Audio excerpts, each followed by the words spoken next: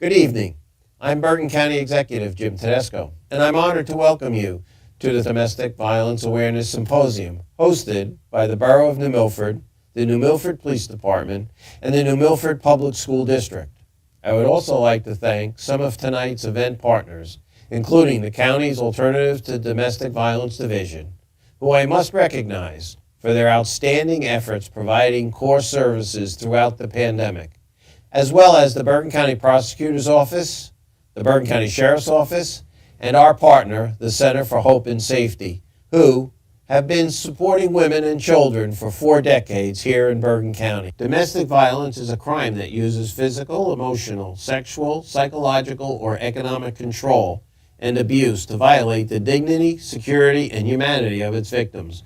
When someone you love hurts you in this way, it is a crime beyond the abuse itself. It is a violation of your trust in that person and your trust in yourself.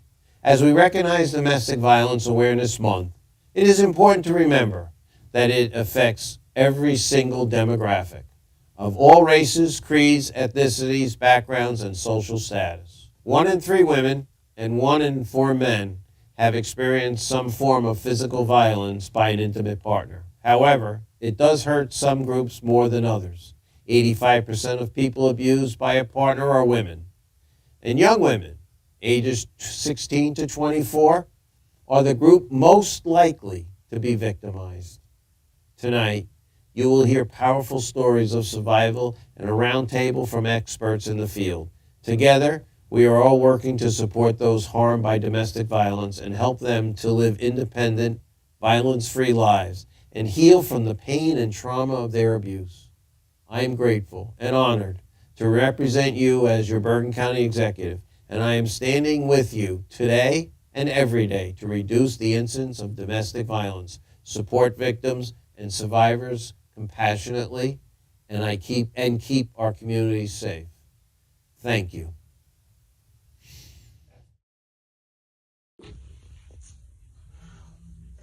Hello, I'm Tanya Andrews, President of the New Milford Board of Education.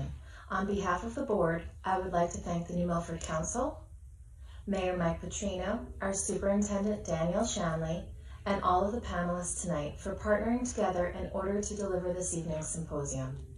I would especially like to thank all of you who are attending this evening. Domestic violence affects all humans regardless of age, race, economic status, sexual orientation, or gender. Our desire for this evening is that this information reaches as many people as possible and that it provides those in need with hope and the resources to get help.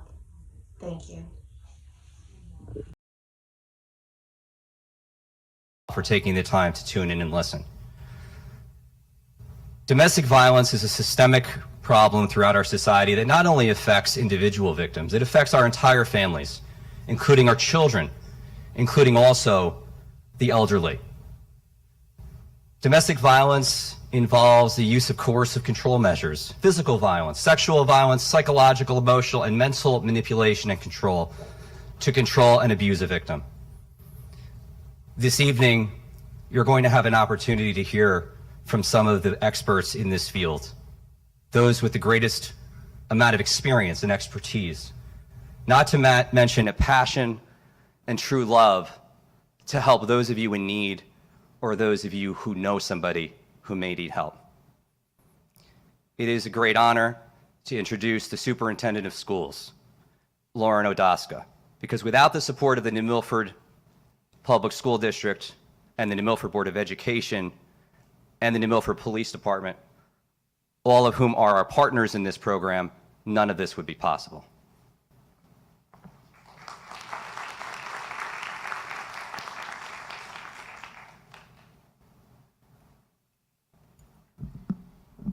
Good evening, everyone.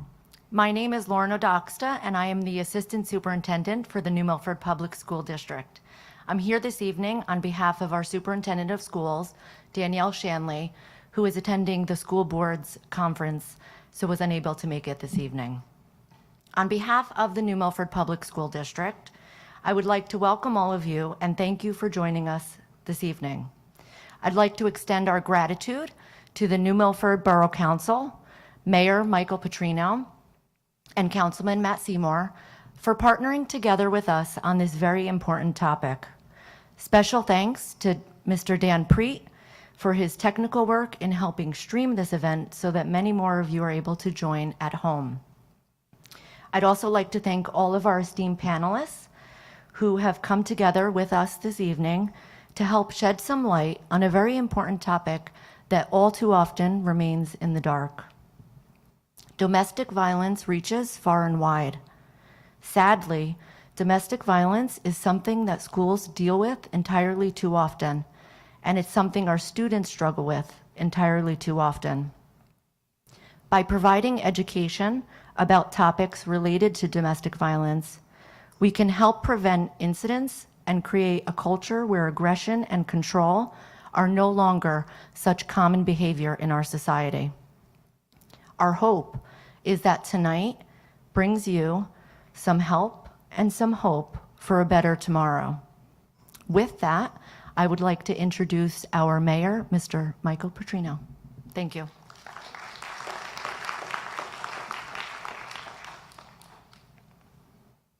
Good evening.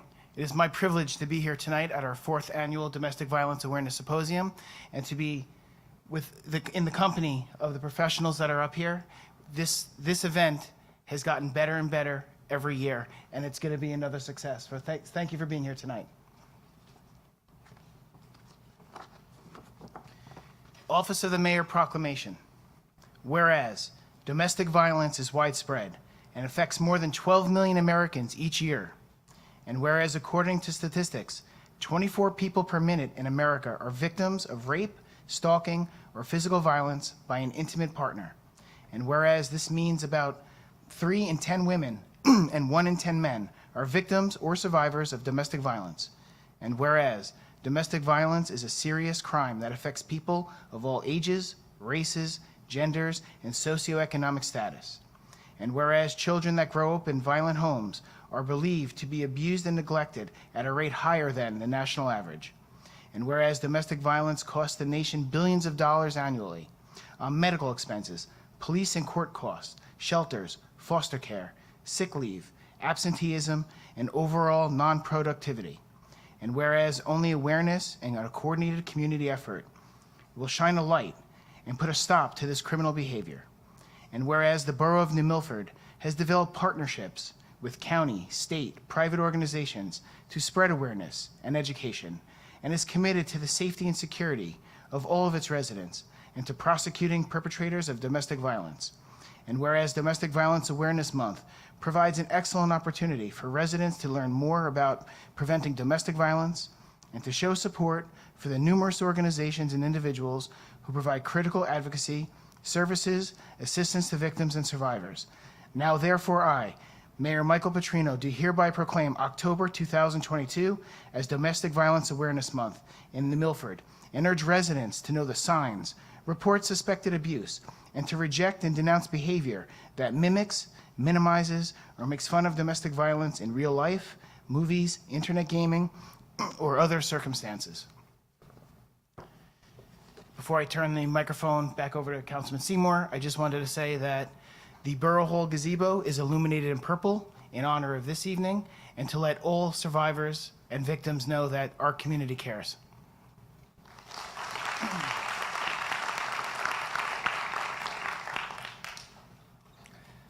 Among the many partners in this program from whom you're going to speak tonight is the Bergen County Division of Alternatives to Domestic Violence, which is a subdivision of the Department of Human Services.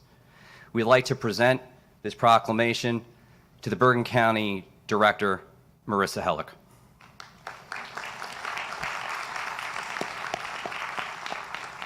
Thank you. Thank you so much, Councilman. Appreciate it. Thank you so much, Mayor Petrino and Councilman Seymour. I can't tell you how much it means to me, the amount of effort and everything that you put into making this into what it is and spreading the important message of awareness and education.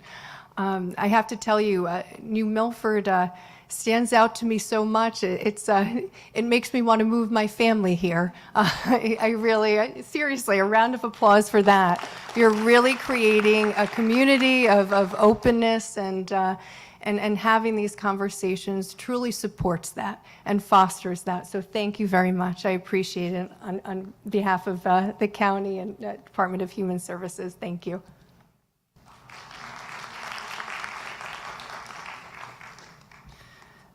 As I mentioned earlier, it's only through partnerships and collaboration that programs like this are possible. So in addition to the tremendous support of the school and the school district, we've had unbelievable support by the New Milford Police Department and the entire law enforcement community. In particular, Chief Ryan Clancy of the New Milford Police and his staff have helped us plan this program, write this program, implement this program from beginning to end. It is a great honor to welcome the law enforcement community here tonight, both from New Milford and outside New Milford, and to share their knowledge and wisdom and experience with all of you. So I'd like to introduce you to the Bergen County Sheriff, Anthony Curtin, who is passionate about this cause. Sheriff?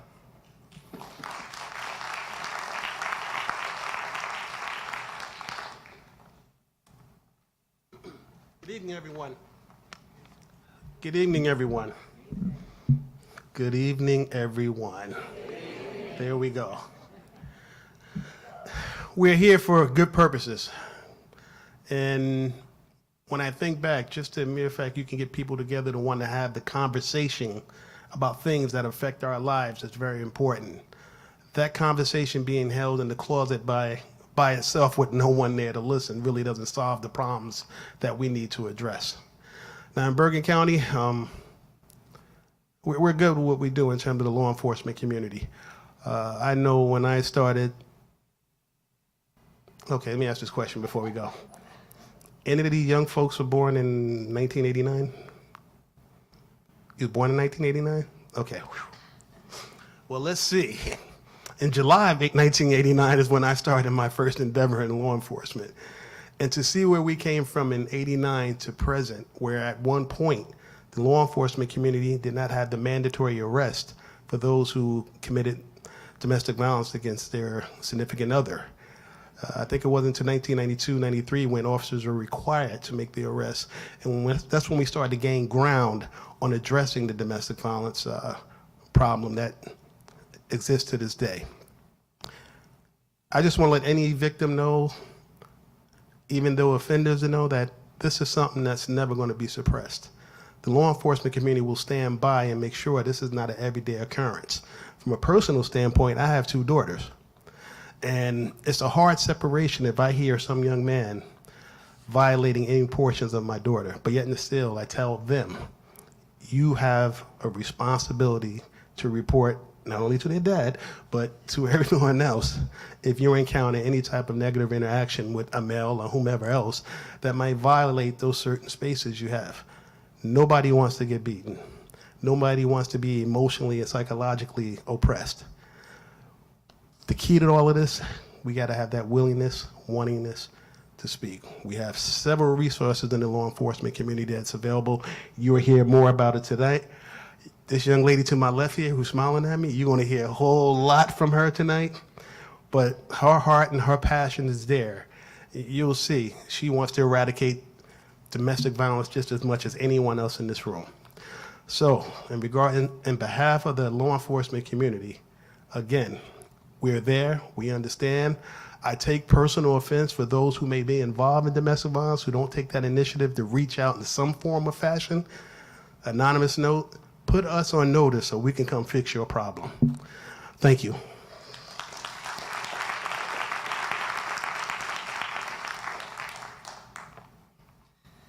Thank you, Sheriff Curtin. At this time, it is an honor and privilege to introduce to you the Chief of the Bergen County Prosecutor's Office Domestic Violence Squad and the Chair of our Symposium, Jessica Gomberts.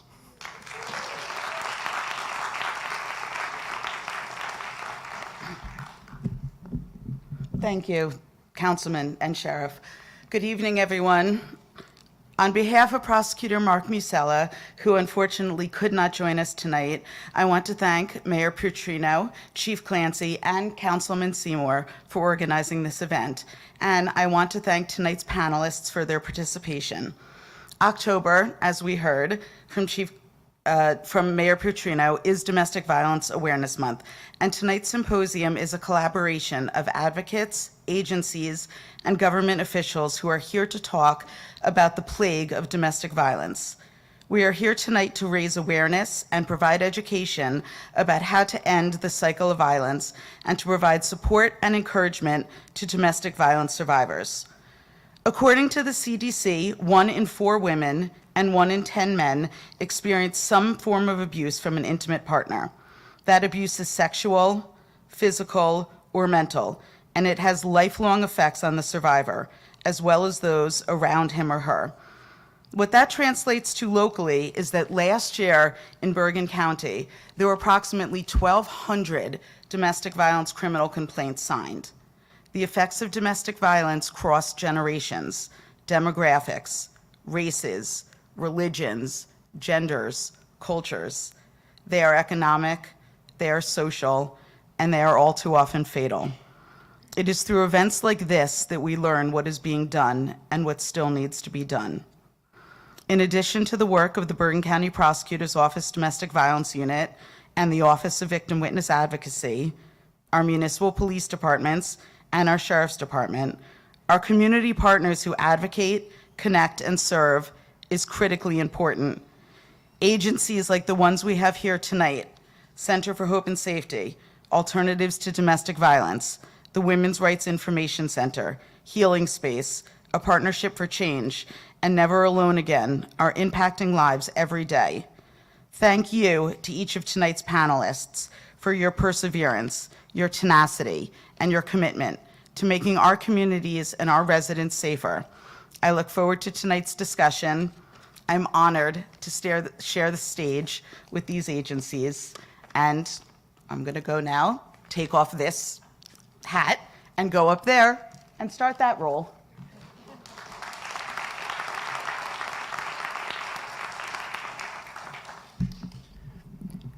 And ladies and gentlemen, before we begin the substance of tonight's program, I just would like to let everybody know that for those watching at home on the live stream, at the end of the program, there will be a resource page posted, which will include each agency's contact information.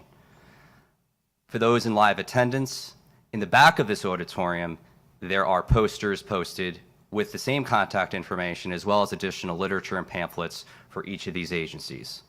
Thank you.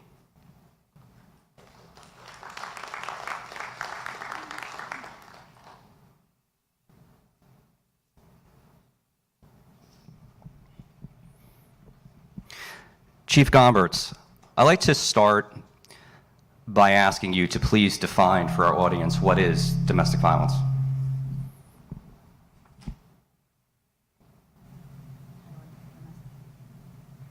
Is this on? Domestic violence is,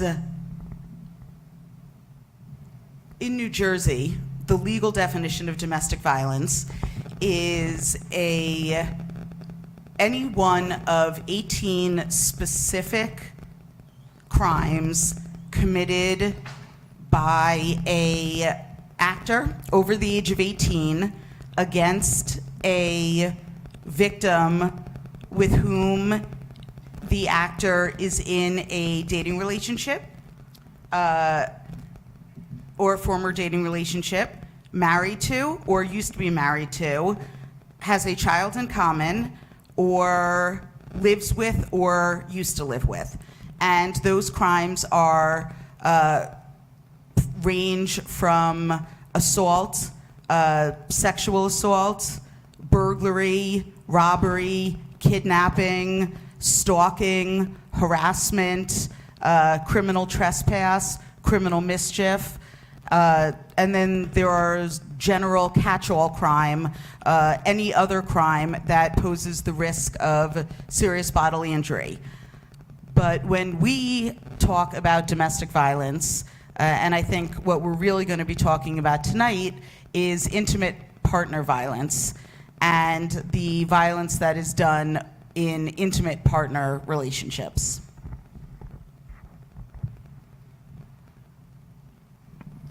Thank you. As Assistant Prosecutor Gombertz mentioned, we are joined today by some of the best experts in this field from not only Bergen County, but the state of New Jersey. So I would like to ask each panelist to briefly introduce themselves and tell all of you what it is that they do, and more specifically, the particular service their agencies can provide to those in need of help. I'm going to start with Teresa Johnson of Never Alone Again. Thank you. Good evening. My name is Teresa Johnston, and I am the founder of a nonprofit organization called Never Alone Again. We are a domestic violence organization and a resource center providing services for victims of domestic violence and also families in crisis. Never Alone Again was created from my own personal experience. Over 27 years of my life, I was a victim of domestic violence and abuse. Now that we have the organization, we provide services to help families and help women and help individuals know that they're not alone. We provide support groups. We provide crisis intervention. We provide a safe haven. We provide a safe space, place for women and families that is fleeing from domestic violence. We also have advocacy services, case management services, and most of all, we just want to let the survivors, the victims, know that they're never alone again at Never Alone. Thank you. Thank you.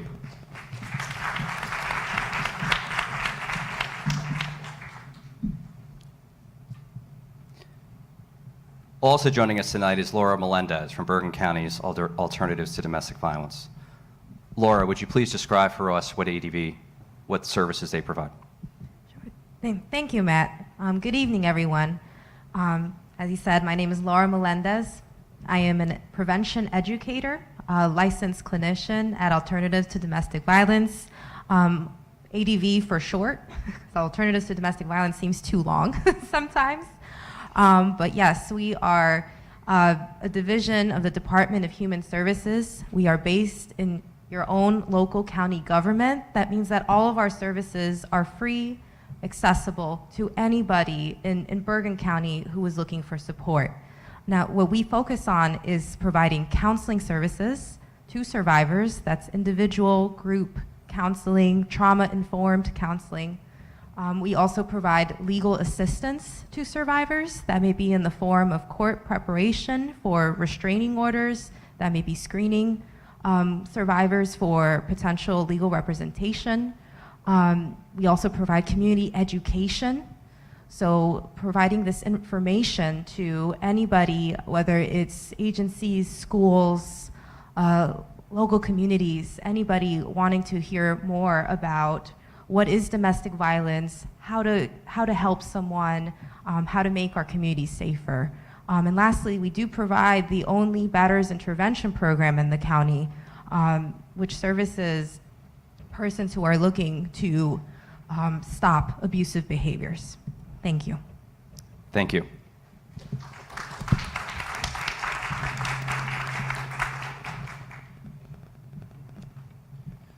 We're also joined tonight by a retired Superior Court judge, Ronnie Jo Siegel, who, while she sat on the bench in the family division here in Bergen County, she listened to and adjudicated numerous domestic violence cases. Judge Siegel, if you could give one message of advice to those listening or watching, what would it be? Well, what I was going to say is I'm here tonight to help you navigate the judicial system so you understand not only how to obtain a restraining order, but once you do, the kind of relief, the help, and the assistance that we can secure for you and your children if you just step up to the plate, so to speak. This year, we have domestic violence filings of more than 225 every month. It'll be more than 2,700 in Bergen County this year alone. It's greater than the last 4 years, so it's not COVID related. The last 4 years, it's greater now than ever before. So I need you, and we need you to step and take the first step. But I promise you, if you do take that step, the court and all the services here this evening will assist you to protect you and to give you the kind of support and relief you need to navigate that system and help you become strong and independent. Thank you, Judge.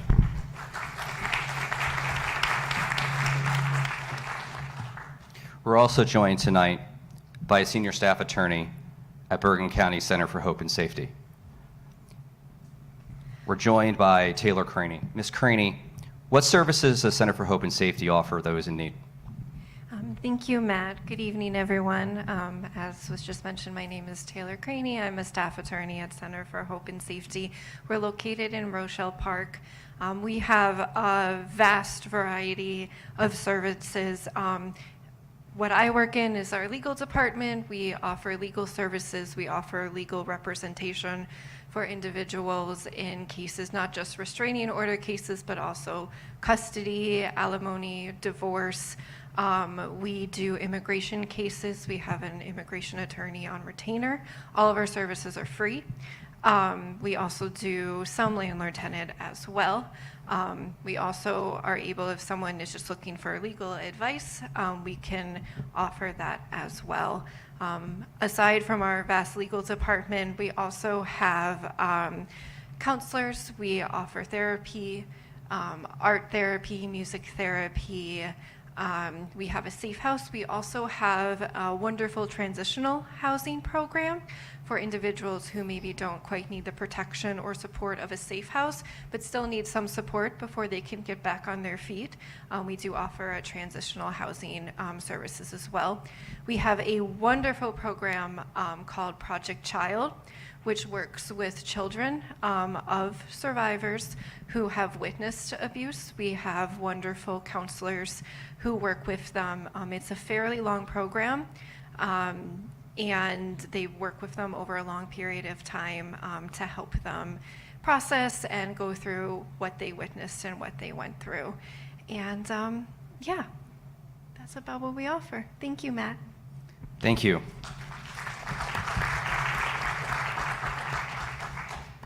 As Ms. Carini mentioned, domestic violence doesn't just affect individual victims, it also affects children. With that, we're also joined tonight by Krista Madler from the New Jersey Division of Child Protection and Permanency and the Division of Families. Ms. Madler, what services could DCCMP offer? Hi, good evening, and thank you so much for having me. My name's Krista Madler. I'm with the Division of Child Protection and Permanency. We have 2 offices here in Bergen County, located in Hackensack and Paramus.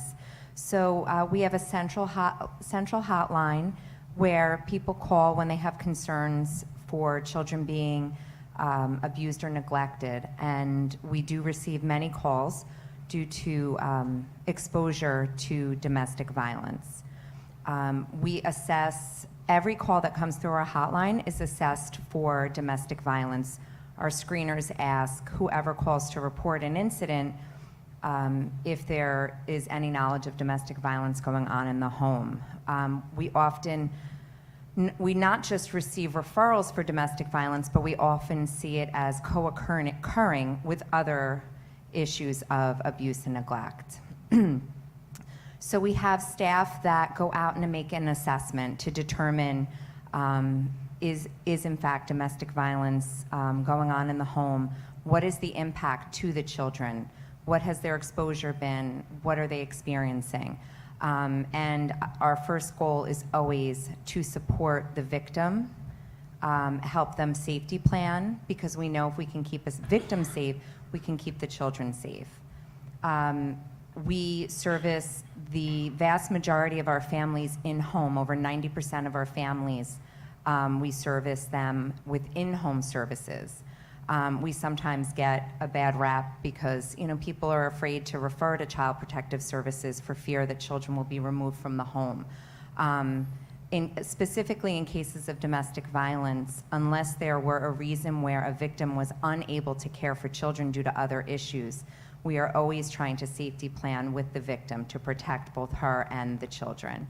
And really our goal is to link them to one of the wonderful agencies that we often partner with on the stage with me tonight, to help them receive the necessary services. Thank you so much.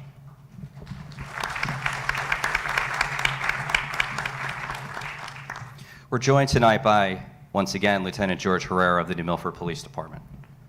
Oftentimes, the first point of contact that a victim has with a service provider is a police officer.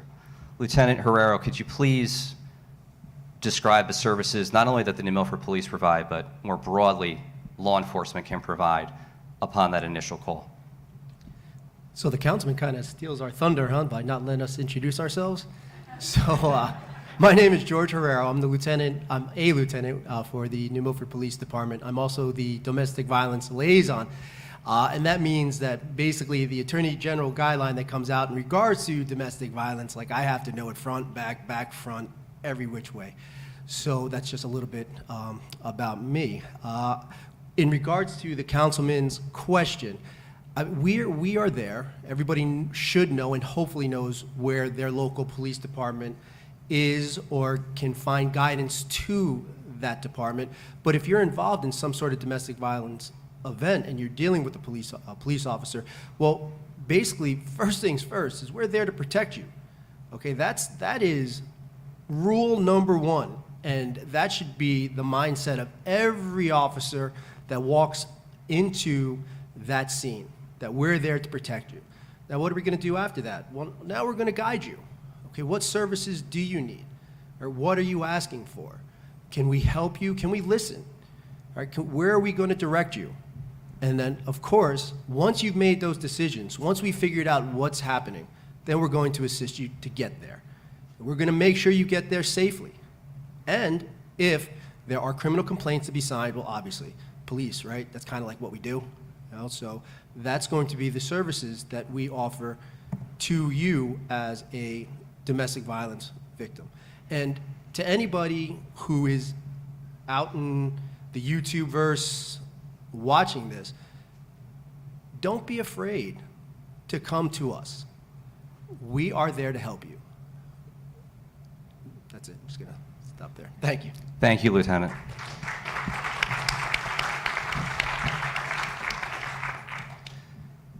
Tragically, domestic violence oftentimes also involves acts of sexual assault. We're joined tonight by Samaza Sadek, who is the director of the YWCA's Northern New Jersey Healing Space Organization. Ms. Sadek, what services does your agency provide victims?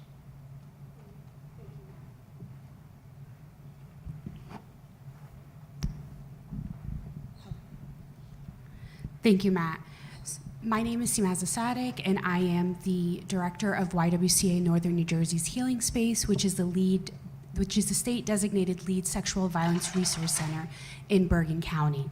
And what we do is we provide we have a 24-hour hotline that's staffed by confidential sexual violence advocates that help support those who've been affected by sexual violence through accompaniments to any medical or legal proceeding as a result of the assault. We provide individual and group counseling, long-term and short-term counseling, alternative therapies. All of our services are free and confidential. We also provide community presentations and workshops, and we work collaboratively with many of the agencies that are on this panel today. Thank you so much.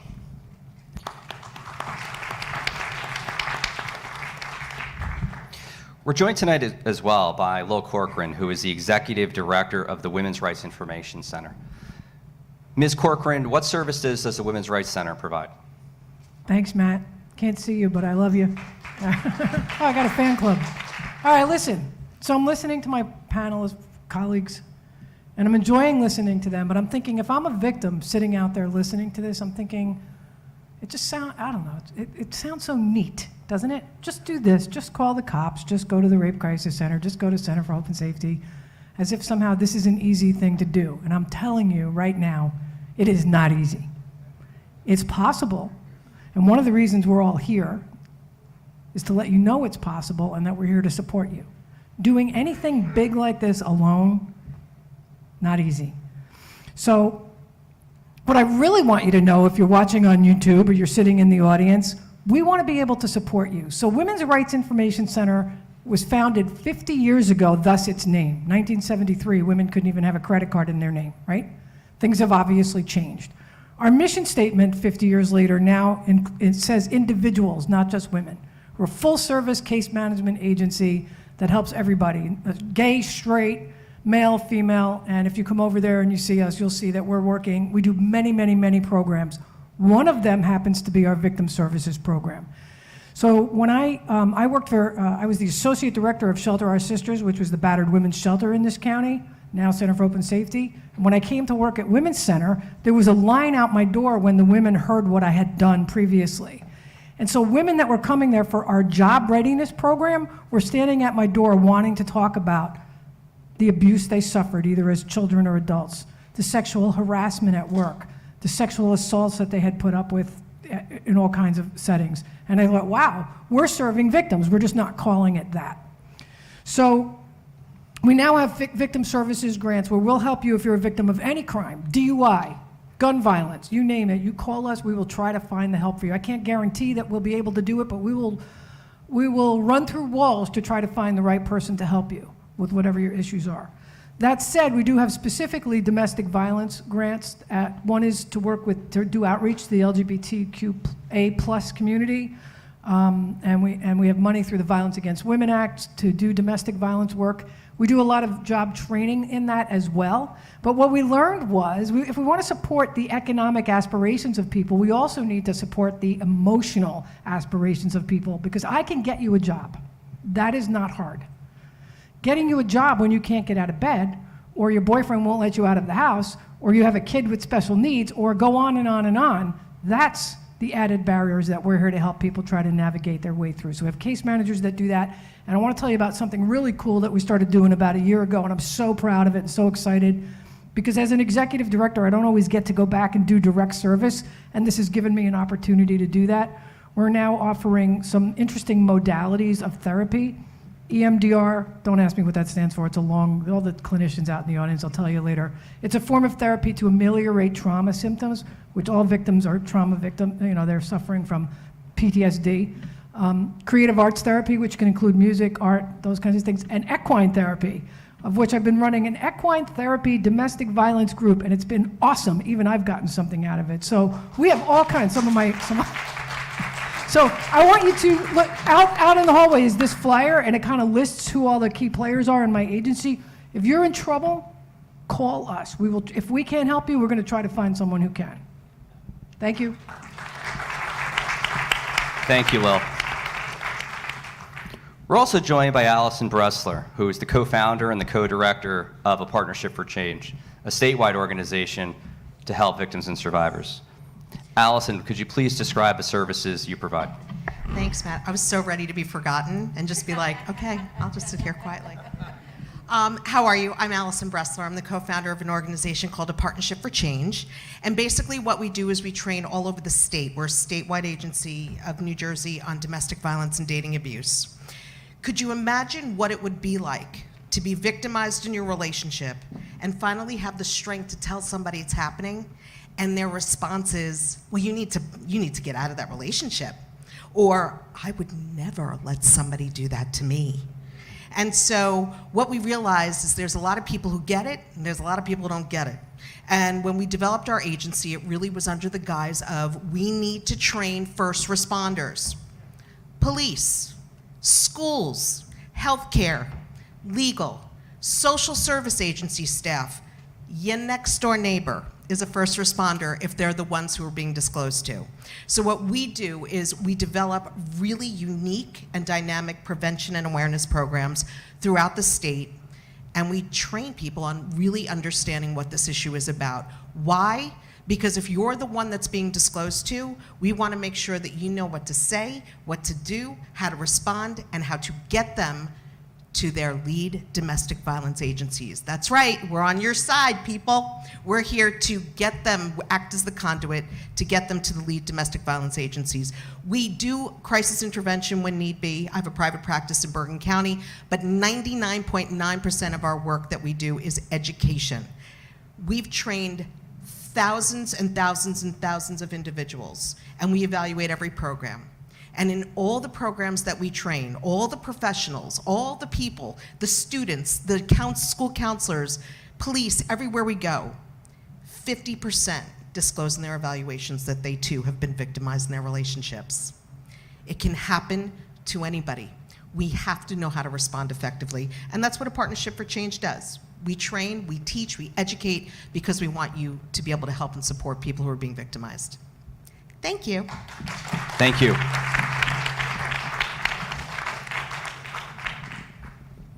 This time I'm going to bring it back to Chief Gomberts. Jessica, please, of course, explain to those viewing and watching the program what services the prosecutor's office, above and beyond simply the prosecution of a crime. And in addition, please introduce us to this year's guest speaker. The prosecutor's office prosecutes crime, but in addition to that, we have an absolutely wonderful office of victim witness advocacy. So if you are, and this is just generally, obviously it is not just for domestic violence, but since that's what we're talking about, I'm going to hone in on that. If you are a victim of domestic violence in our office, and you have a complaint that is being prosecuted by our office, we have a dedicated victim witness advocate who works specifically with you from the very beginning of your case when it comes into our office.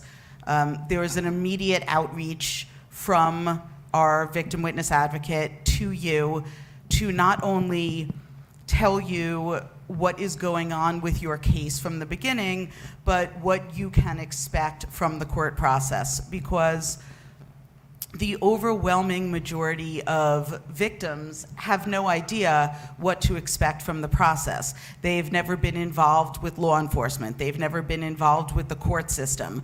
All they know about what is about to happen in the court process is, what they've seen on Law and Order or what they've seen on SVU, and that's not realistic at all. And so not only am I in touch with, or one of the other assistant prosecutors, in touch with the victims, but our victim witness advocate is in touch with them to guide them every step of the way and provide them resources, provide them the names of all of the various social service agencies, all the other stakeholders and our partners, but also to keep them updated with what's going on with their case. And it is a way of making them feel that they have control of what is happening to them. Because one of the hallmarks of being a victim of domestic violence is that you've not had control of what is happening. It's the lack of control is really part of being a domestic violence victim, because the physical assault is, I don't want to say it's a small part of domestic violence, but it is. Domestic violence is so much more than just getting punched.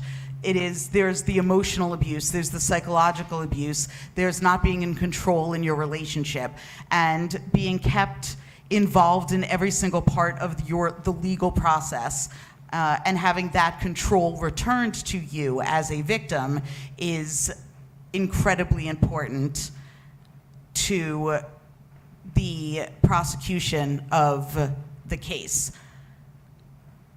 And I have no segue for me introducing you to Myra, who is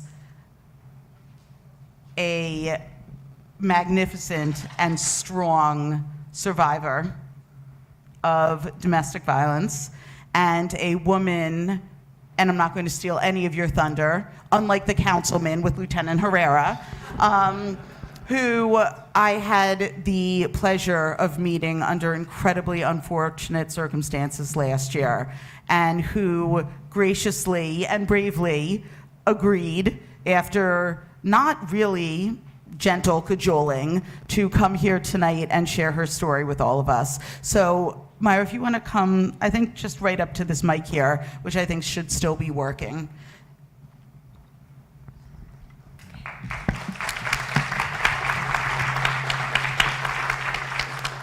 Good evening, everyone. My name is Myra Carmona, and I'm honored to be here. Thank you for giving me the opportunity to share my story with you guys, and hopefully it can raise some type of awareness, even if it's just to one person out there watching this. So I guess I'll start from the beginning. I met him when I was 21. It was wonderful. He was the perfect guy. He was everything I had ever dreamed of. He was very kind. He was seemed to be a family man, with his mom, his parents, everyone around him. He was just, he seemed to express himself well. He seemed educated. It was just, I was overwhelmed with the way he would treat me. He obviously, at first, it was the love bombing, so everything was so fast. I think I can remember telling him I loved him after 3 months, and everything was great. And then he happened to get into some type of legal problem, and I guess that was like the ultimate test. I was there while he was in jail. I was calling him all the time, and when he got out, I was there. And once he got out, things changed. It was like just light of a switch. And I would just tell myself, I know who he is. I know he's loving. I know, he's kind. This is just, he's having a hard time after what happened to him, and he'll get back to it. And little by little, it kept getting worse, and didn't get any better. We thought maybe moving in together after, let's say, 2 years, I think, would help the relationship. So we got a place together. Soon after, I found out we were pregnant. And a couple months, I would say I was probably 7 months pregnant. That was the first time he punched me. I remember thinking to myself, I can't do this. I was crying hysterical. I called his mother and I said, I can't do this. I'm leaving. He could have hurt me. He could have killed our child. And she said, don't worry. We'll talk to him. He's not like this. We didn't raise him that way. And so, it's not embarrassing, but I would say it's ignorant of me at the time to think that there is a huge stigma behind single moms, whether it be from society, culturally, whatever the case may be. But I didn't want to be another stereotype. I didn't want to be, on top of being a minority, the single mom. And so, I told myself, I'm going to try. I'm going to just give him a chance. And that's what I did. And he would be good for a little bit. And then once again, I remember holding our 2-month-old, and we were arguing because he would, drink. He would spend our money on women, bars, you name it. And he would come home at all hours of, the morning, practically. And we would get into arguments because obviously, we needed to pay rent. We needed food. We needed things like that. And he didn't like to be questioned. That was his household. He would pride himself in saying he was the alpha male, and he was thought to be questioned, even though, you know, I was working, I was contributing, and it didn't matter. And I was holding our son, and we were arguing, and he just took him, put him on the bed, and he just rammed me in the ribs. And I remember not being able to like breathe correctly for about a week. And I guess I was in so much shock. I didn't want to believe it. I didn't want to process it. I couldn't believe it was happening to me. And, you know, probably a year later, we decided to move. That was another thing he liked to do. He tried to. He wanted to isolate me from my family, my support system, my parents, which I'm still close to. His favorite line was that I needed to cut the umbilical cord. And so he said, you know, let's move out about 30 minutes away. And we were okay. He wasn't as bad. You know, there was still the arguing, there was still all that, but it kind of helped that our landlord who lived under us was a police chief. So I guess that helped, but it was still there. Still, you know, the abuse was still there. Wasn't so much physical, but, you know, still the yelling, throwing things, intimidation. And then a couple months after, I got pregnant, again, with our daughter. We then moved back to Hackensack, and things started to get bad again. In one instance, he did strangle me. That's when, I reached out to the police department, Hackensack Police Department, and he got arrested for the night. And I remember him calling me nonstop when he got out, telling him, you know, you need to let me in, you need to let me in, even though there was a no contact, or I want to say a restraining order, temporary restraining order. And he convinced me that, you know, he couldn't be out in the streets in a hotel, you know, he had to come back home. And eventually I left. I left to my parents' home with the kids. He took a plea, probation for a year for strangling me. So we were separated for a while. And things weren't well. He would still, you know, abuse me through the kids, through, you know, seeing them or not seeing them, and it was just, it was pretty bad. But all of a sudden, it got better. He, you know, love bombing again, and it was so intense. And that's why I feel like it's very hard to understand that part unless you're in it. Your brain literally functions the same way as an addict when you're in this cycle. All the trauma bonding, all the push and pull, all the highs and lows. That's why it's just so hard to get away, especially when they're so good at the love bombing. And so I went back. Yes, I went back again. We tried to give it one more shot. And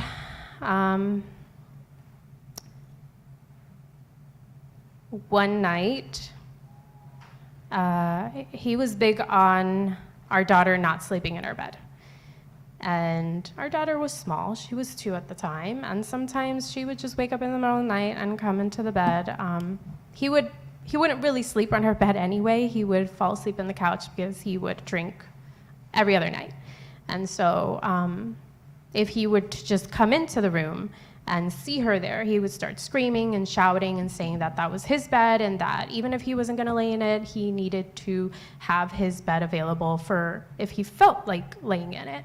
And so that one time, he got furious, and he said if he wasn't going to be able to use his own bed how he wanted to, then no one was going to use the bed.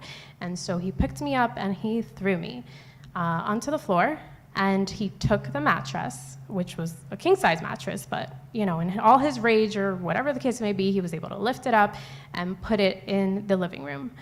And as I got up to go console our daughter, who was on her little toddler bed at that time, sleeping, because he had to put her there, I noticed that I couldn't walk correctly. I guess he had sprained my foot when he threw me, and that was a pivotal moment for me because it was one of the most humiliating nights of, I guess, my life. I was a grown adult woman paying my own bills, contributing to the household, and there I was sleeping on the floor next to my daughter.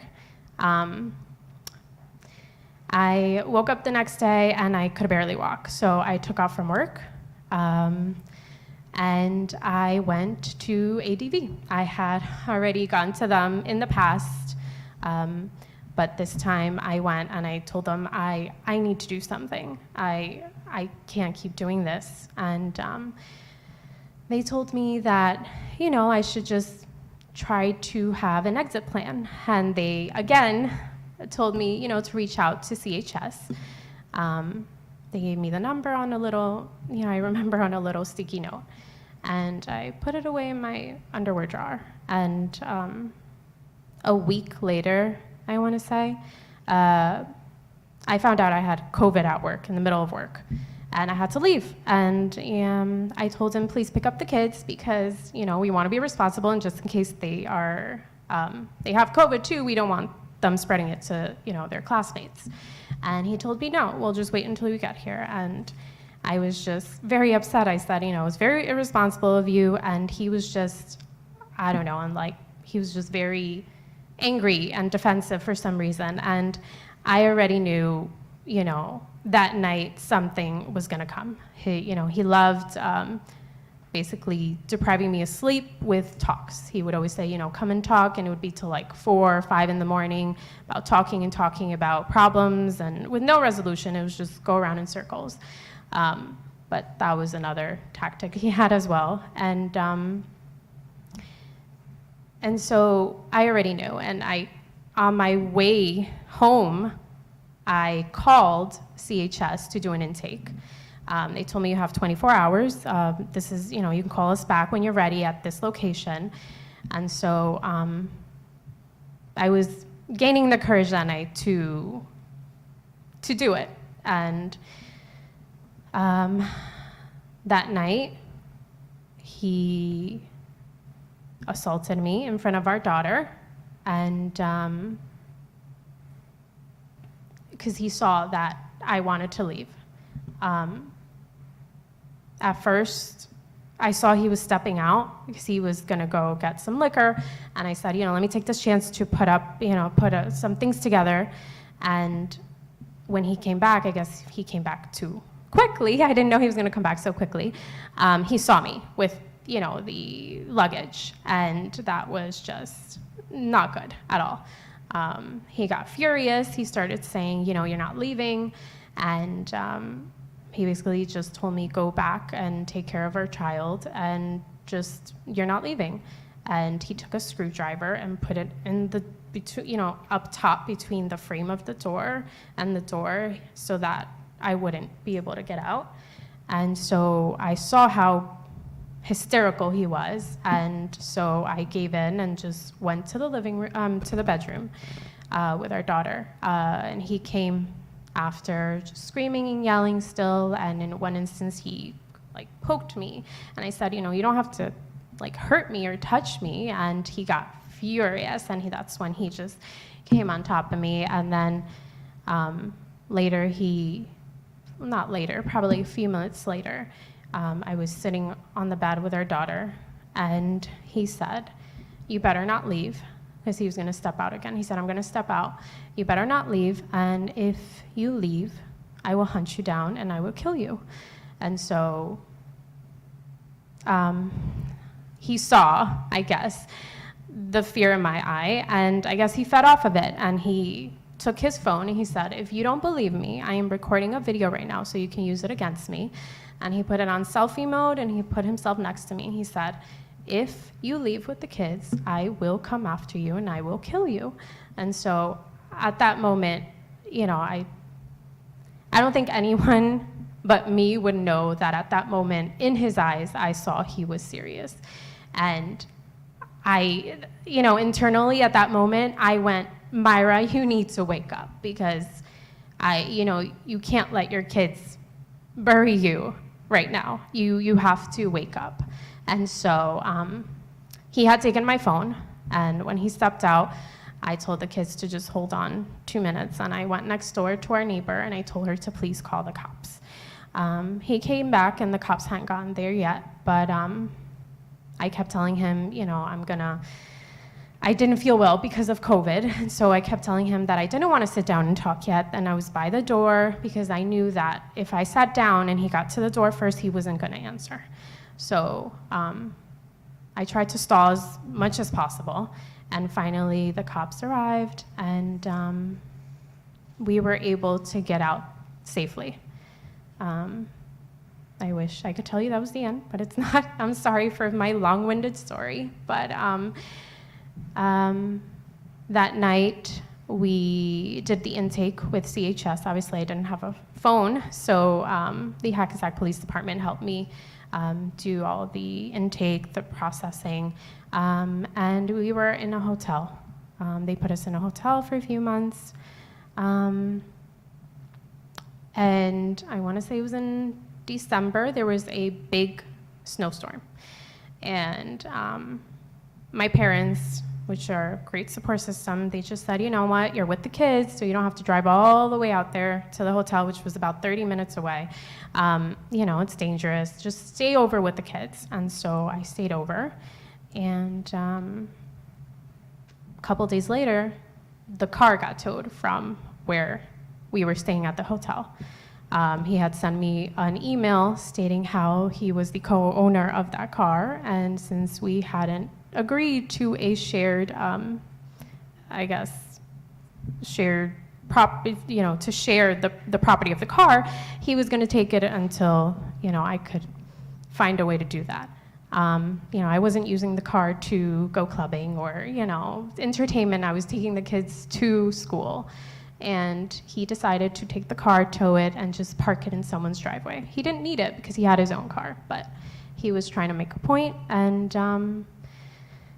so I later found out when he got arrested, which wasn't easy. He evaded the police for about 2 months, I want to say. I'm not sure, but I remember speaking to Jessica and Jessica and Myra, and their support was overwhelming, but I remember speaking to Jessica and her literally telling me, you know what, he can't do this forever. If I myself have to park myself out there and wait until he comes out, I'm gonna do that because, you know, and just knowing that I had, you know, all that support from Myra, from Jessica, from, you know, CHS, from everyone, but just knowing that someone, you know, just was hearing me, was on my side, was just very important.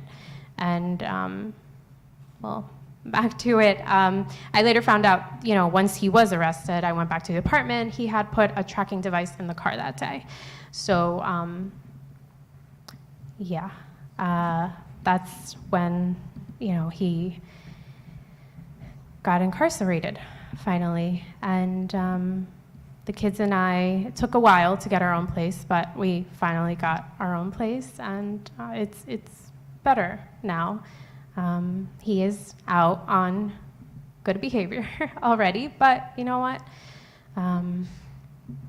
Hopefully it gets better from here, and I just really want to thank everyone involved. I mean, I don't think I would have had the courage to do what I did if I didn't have the support from everyone around me telling me to just keep going and it's going to get better. And I also feel, I just want to take this moment to just touch base on, I feel it's incredibly important to focus on trying to educate our youth on this subject. I remember being a teen, I remember being in high school, and domestic violence was just kind of a thing you saw in movies, or you would just ignorantly associate it with, low-income neighborhoods and, where there was drug addiction and, and that's not the truth. And I feel like if maybe we educated our youth in schools and, as much as we do, let's say sex ed, there's STDs, there's, all these other things, but I feel like domestic violence is a very, silent killer that we're not teaching them about, and not teaching them about the red flags and things that they can identify to say, hey, maybe my friend is in a, abusive relationship, or maybe I'm in an abusive relationship. We didn't see it as something tangible or something real. It was just kind of like, oh, it's out there. And maybe if we taught it as hard and as real as we did, sex ed, maybe that would help a little. But thank you so much for listening.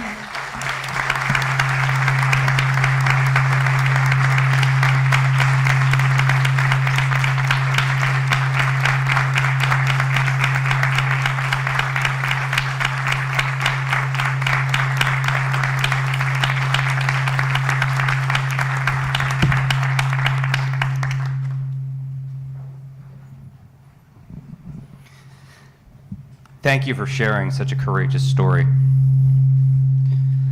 I'm going to start our discussion with Judge Siegel. Judge, what are your thoughts hearing such a courageous story? And what advice would you give to other victims insofar as how to navigate through the system and get the help they need? Well, first, I want to praise you for the bravery that you had in taking that first step, and obviously thanking all the agencies that supported you along the way.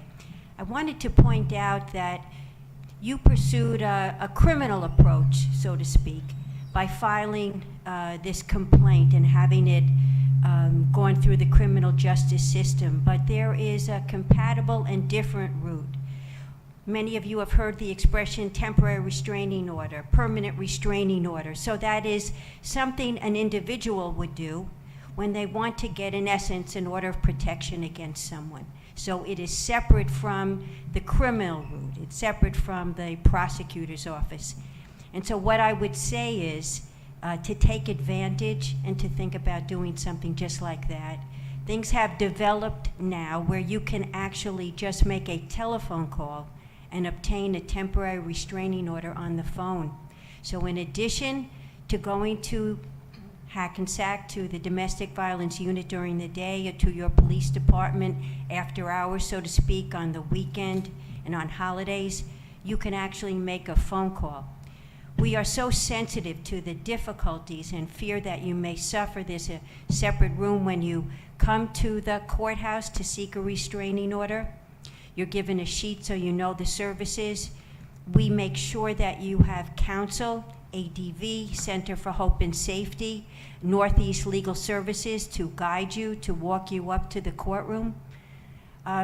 Once you get a restraining order, in addition to what you've heard here now, those resources, I want you to know that you are entitled to financial and support relief. So what does that mean? That means compensation, so to speak, for legal services, compensation for the harm that you suffered, counseling, payment for the mortgage, payment for the rent, payment for your utilities, any kind of financial need that you have that had been provided to you because you were in a unit or needed it can now be provided for you as one of the kinds of relief. In addition to that kind of relief, you're afforded counseling for yourself and for your children who, I think as Myra explained to you, saw exactly what was done to their parent and how horrific that was to them. But yet there are also services that you can require. I can tell you how many times I've seen a victim say, but what about my spouse? Or what about my partner? Couldn't he be helped too? And indeed, ADV, affords those kind of services. There's substance abuse evaluation, psychiatric evaluation, so there is an effort to try to see if they can help even the abuser. So what I want to say to you is you were very brave stepping forward, and the criminal justice system was there for you, and I want you to know the court system is there for you too. If you don't choose that route and you go in another way, take advantage of it, be brave, because all these people here, including our court system, want to be helpful to you. Judge Siegel, thank you.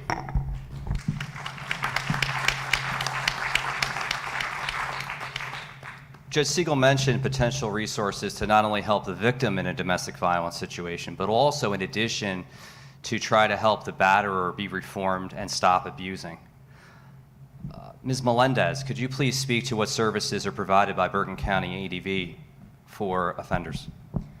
Sure, and my goodness, I want to second what Judge Siegel said. Thank you so much for coming forward and sharing your story. Every time somebody comes to the public to share these stories, you don't know how that impacts somebody else watching and listening. So thank you so much for coming today. And yes, sometimes we neglect to talk about, you know, what the other side of the solution must be. You know, we wouldn't have victims, survivors of abuse if there wasn't somebody performing the abuse. And that has to be part of the conversation. So at ADV, we determined, you know, what can we do to address the dynamics here?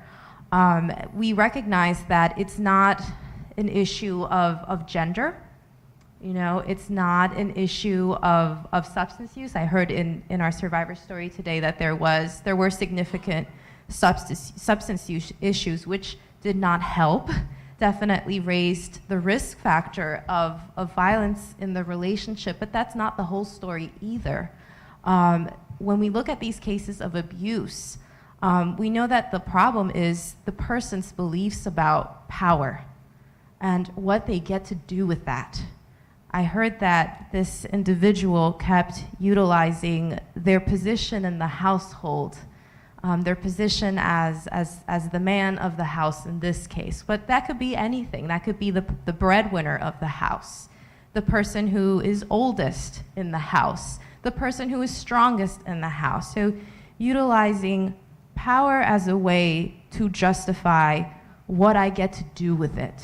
So when I'm upset, when I'm angry, when I need something, this power justifies me getting to use violence. And not only is it justifying what I get to do with it, but it's also enabling me to believe that I can get away with it, right? These are all belief systems, right? So at the heart of our batterers intervention model, it is challenging what are these beliefs that these individuals hold about themselves, about their partner, how they're justifying being violent, being exploitative, lacking empathy to what their partner is experiencing in the relationship, and challenging them on it. Sometimes using the other participants in the room to challenge them on it.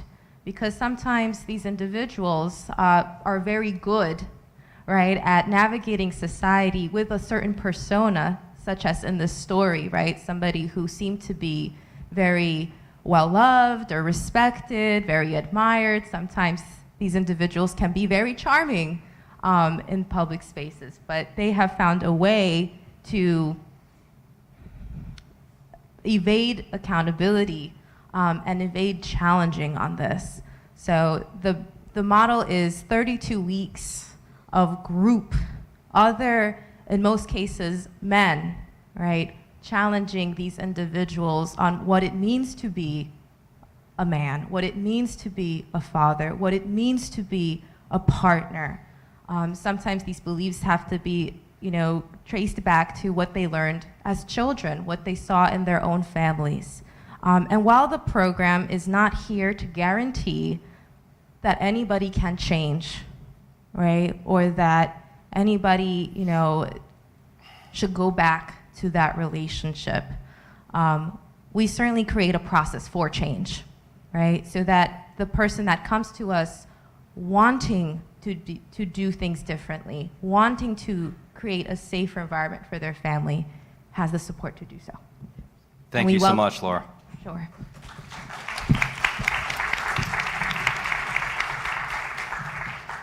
Lieutenant Herrero, one of the concerns among many that come to mind when I heard that story was the presence of young children in the household, in the same room, in close proximity to such extreme acts of physical violence. Upon responding to a call, to a 911 call, in that situation, what would be the law enforcement protocol and response? First of all, Myra, thank you so much for sharing your story. Before we started, you said you were going to be nervous, and we all told you you were going to do great, and you did. So very brave of you to come forward. Give her a hand.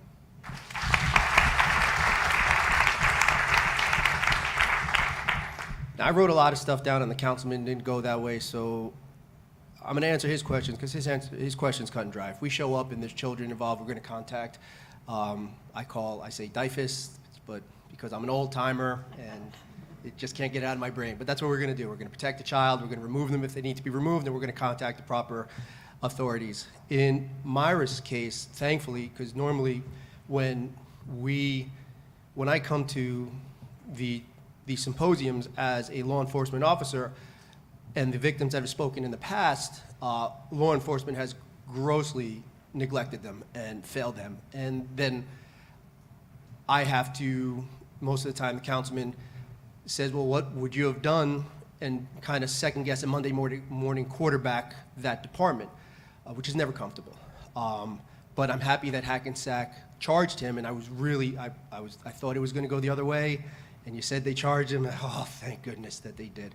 So, because that's what should have happened. And then when one of my counterparts were speaking earlier, I heard a reaction when they said that first responders had to be educated and trained. And it was an audible response. And please, because I agree, by a show of hands, by yes, however you want to answer this question, who believes that law enforcement needs to be educated and trained better when it comes to domestic violence? If there's any way to pan the camera across the room, please do that, because I want, if there's any other law enforcement officer that's watching this, I want them to see this. I want them to see how the victims, how the audience feels about our profession. Because when a law enforcement officer walks into a room where a domestic violence event has happened, nobody should feel that that officer doesn't know what they're doing. And the Bergen County Prosecutor's Office is doing a phenomenal job when it comes to training. I mean, we are doing training upon training upon training, because we know that our officers need to be trained better. We know that they need to show more empathy when they walk into a room. We know this. Okay, and we're trying our darndest. All right, so anybody who feels like they've been failed, I apologize.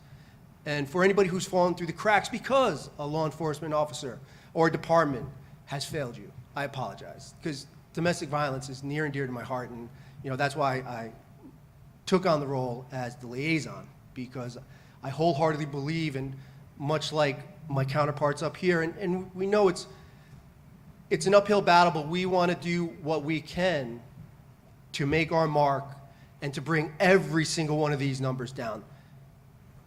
24 million people affected. That has to come down. 1 in 4 women affected. That has to come down. Lieutenant, sorry. Go ahead. I didn't mean to interrupt you. I had a follow-up question. I have a bit more. Something else we heard was, of course, the threat to kill her if she left her abuser. Have it written down. Thank you. Yeah, please speak to that. I listen. So, in regards to domestic violence, in regards to when you said you sprained your ankle, you were thrown from the mattress and you sprained your ankle. If there's no visible injury, because there's what's called a mandatory arrest in the state of New Jersey. If there's a visible injury, it's a mandatory arrest. If there's a complaint to pain, it's a mandatory arrest. And you had a complaint to pain. So it would have been a mandatory arrest. In regards to that terroristic threats, because the way terroristic threat, the threat has to be, the victim has to feel as if that threat will be carried out. And there is no way in heck that if you had told the Hackensack Police Department or any police department about that video, that they or I would not have charged them, because that is by far the most arrogant thing that that person did. And they basically dug themselves a hole because they put it right there. Hey, look, I'm a big fat dummy, and I just threatened to kill my partner. And I would have been the happiest to have signed that complaint for terroristic threats against him. Also, you had mentioned that there was a no contact order, and he was doing his best to try to get back in your good graces and get back into the home. The thing with a no contact order is when they're put into effect, the same as a restraining order, George Herrero, every other police officer out there does not know that it exists unless you tell us about it. So if the victim, the accuser is contacting the victim, they were arrested, they were sent to jail. Part of the conditions of release was a no contact order, but they're violating that no contact order, which is a contempt charge right there. Unless you tell us, well, then we're not going to do anything. We can't do anything about it because we don't know. But if anybody listening, if anybody here has a no contact order that's in effect and you know about it and they violated it, go to your police department. Come to our police department and we'll take care of it. Okay, we're not going to let you walk out of there victimized again. It's not going to happen. I can promise you it's not going to happen in New Milford. All right, and if it does ever happen in New Milford, then you contact me. All right, you call looking for me. You send me an email, and I'll make sure that that officer is called onto the carpet and they're dealt with properly. So I think that's all my notes. Myra, thank you again. Anything else, Councilman? Would there in that situation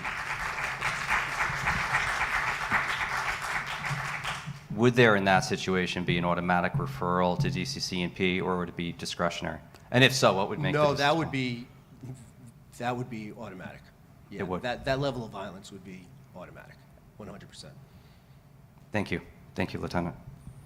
And with that, I'm going to go to Ms. Madler. How would the division respond? Right. So, Myra, I want to echo what everyone's saying. Thank you so much for sharing your story. And I really listened intently to how you spoke about your experiences as a mother through the journey you went on as a survivor. What stood out to me was you said he would abuse me through the kids during a period of time where you were away from him. And that's something we hear. You're certainly not alone in that. You know, many people who have not experienced domestic violence or don't work directly with survivors of domestic violence, one of the first things that people say is, why didn't you leave? Why did you stay? And certainly Myra's story as a mom and what she experienced during the periods where she wasn't with him and the threats he would make to her is an example of why you stay and why many people stay. We know that it is more dangerous for a victim when they leave, that more of the fatalities occur when a victim leaves, and certainly when there's children involved. The victim wants to protect their children. They're fearful that the batterer is going to gain custody. They're threatened with a whole host of outcomes that the batterer is promising will happen if they leave. And we see that and we try to support families through that experience. So to answer your question, what we would do is we would certainly go out and respond and assess that situation. You know, as a Child Protective Service agency, our main priority is obviously to ensure safety for children, right? But we receive a tremendous amount of training in how to support the victim who her intention is not to expose her children to domestic violence. She is a victim herself. We are privileged to have a staff member from Center for Hope and Safety sit in both of our DCP&P offices in Bergen County. We refer, every referral we get to our agency where there's concerns for domestic violence, we refer that to our domestic violence liaison from Center for Hope and Safety. In the best case scenario, the victim agrees to meet or speak with our liaison.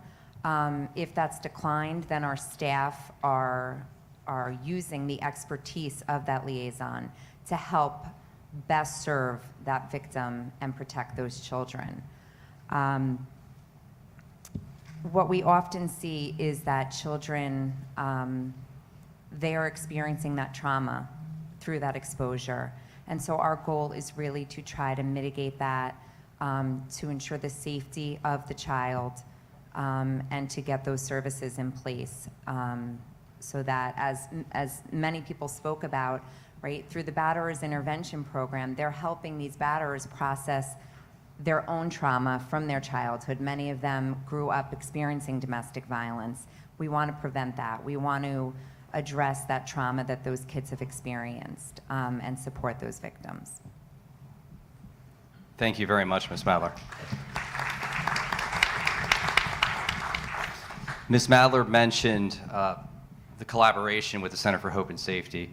So I'm going to ask Ms. Craney, can you please speak to the ways in which an abuser can stalk, can track, and can carry out a threat upon a victim, such as the story we heard here, but also through the use of social media and technology?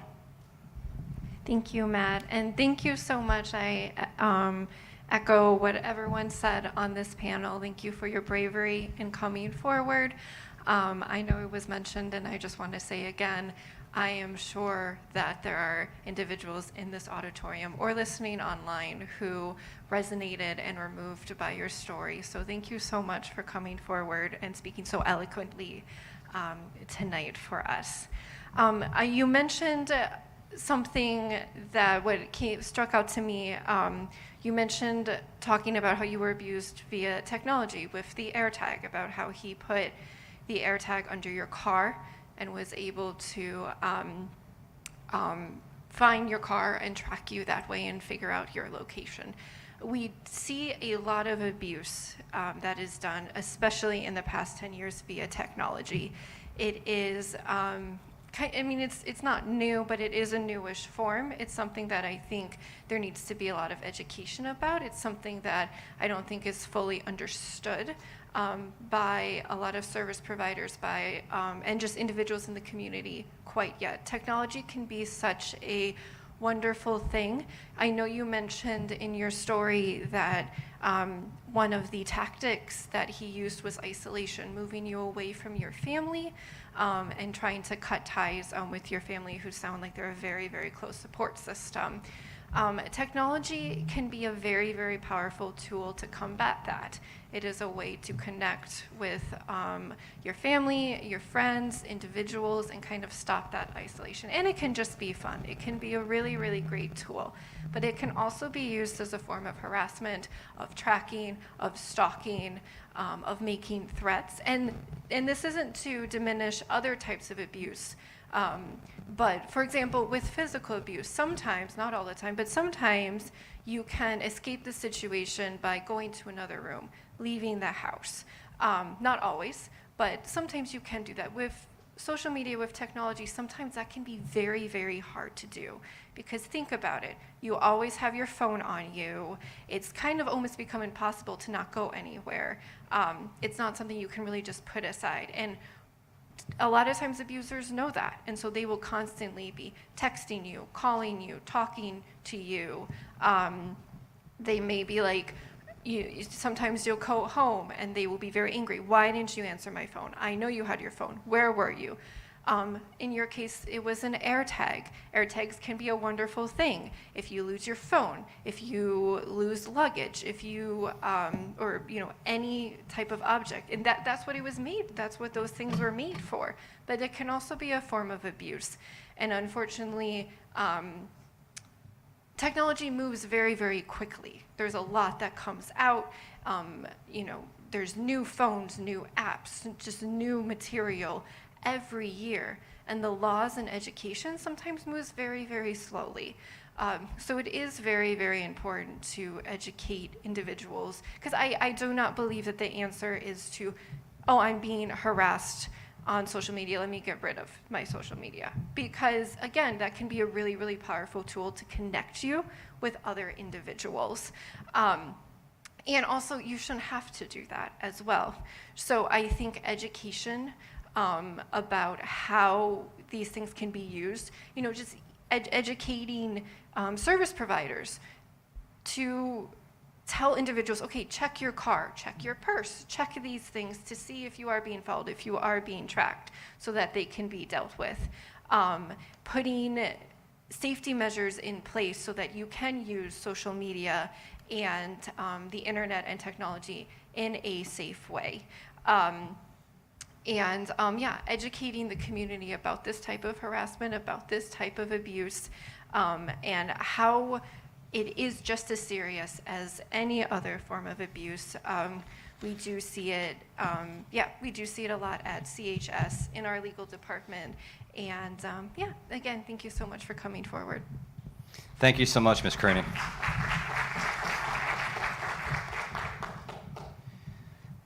Ms. Bresler, during the survivor story that we heard tonight from Myra, we heard the term love bombing. Would you please explain for those who are unaware what love bombing is, as well as what other relationship red flags are?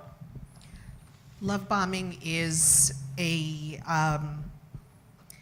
just a 2010 plus name for emotional abuse. And so it's just a fun and stylish name, unfortunately, that's really big with the high school kids and older. And there's actually so much I want to say. Obviously, you are a rock star. Obviously, you are a survivor. Go girl. It's all great and wonderful and terrific.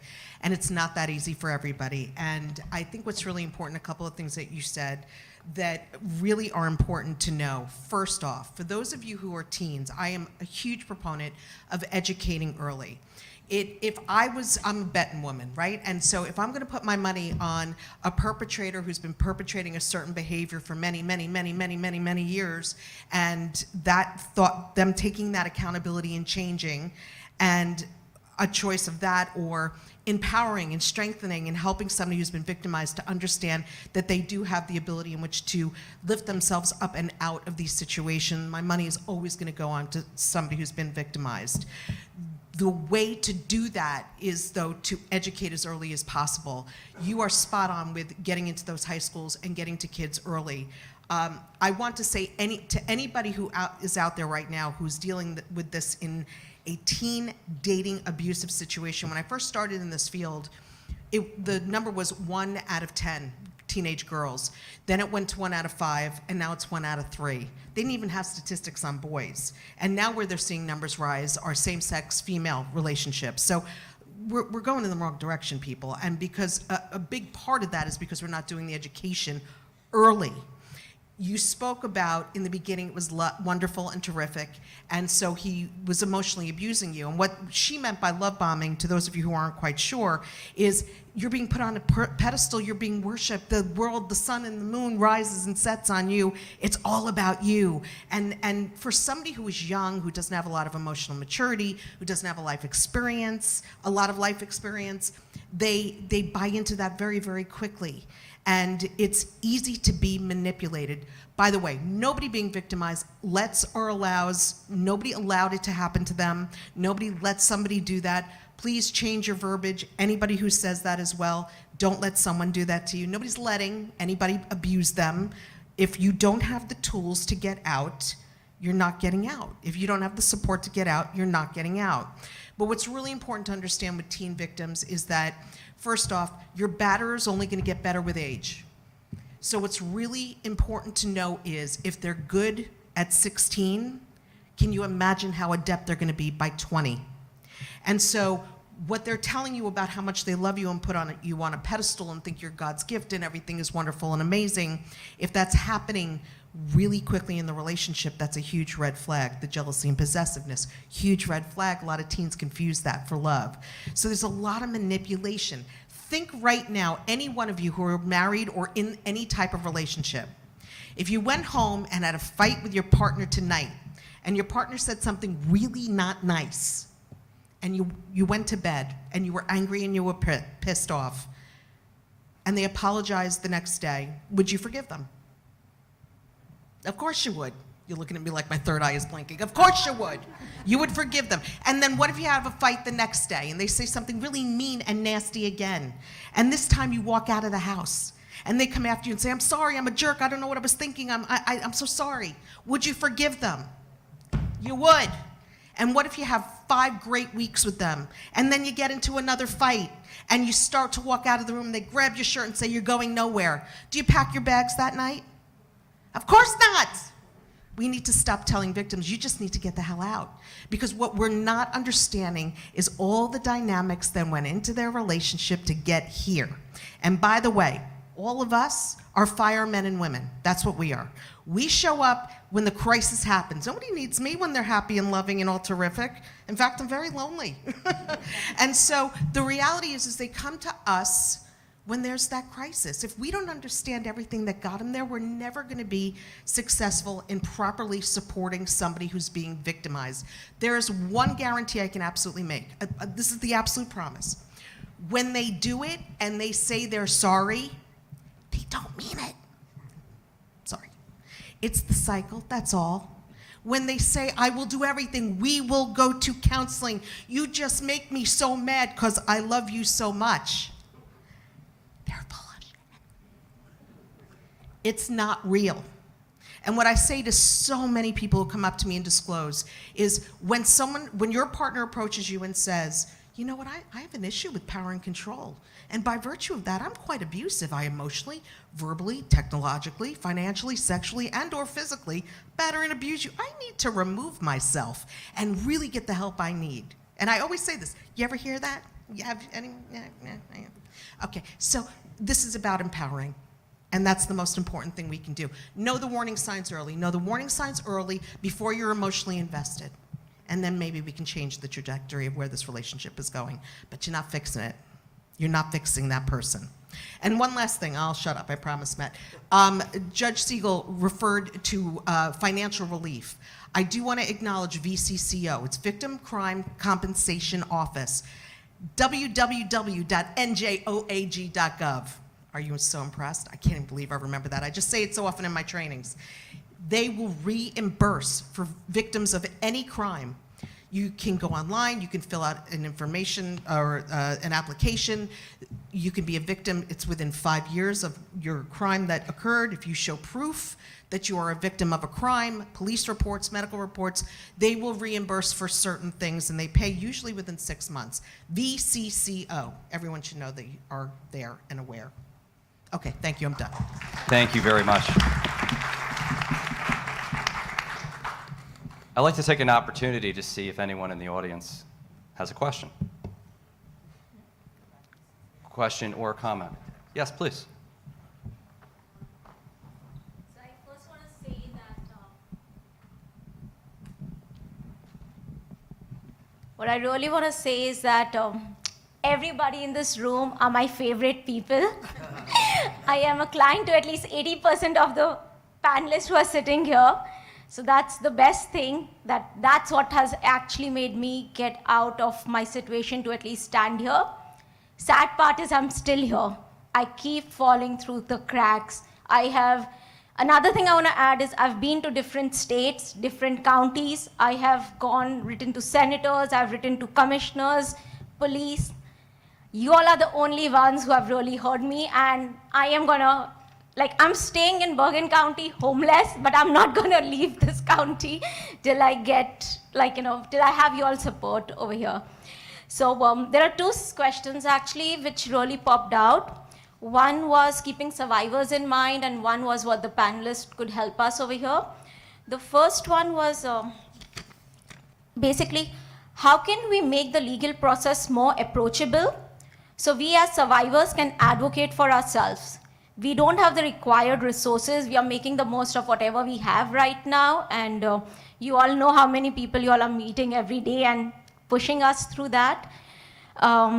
So what can we do, basically to make it simple for us? Because the whole cycle from going from A to Z, it is so many years. We have to think about our survival or do we proceed with this? Just like we can't understand the law system, then we rely on the lawyers. The money is not enough, no matter what we think about it. So somewhere maybe, I'm not saying that we need to become lawyers, but I actually feel I can become, I've been to lawyers and they say, you know more than us at this point. So somehow, if the language can be simplified, so we can do what we need to do to make things better, and we can come back to whoever, accountability on the other side, we can talk after that. At least we can start putting that part on our end. And from the survivor's point, I want to say is that, sorry, I have my points too written down. That what I experienced is the coordination was missing. I was sent from here to there, from there to here, everywhere.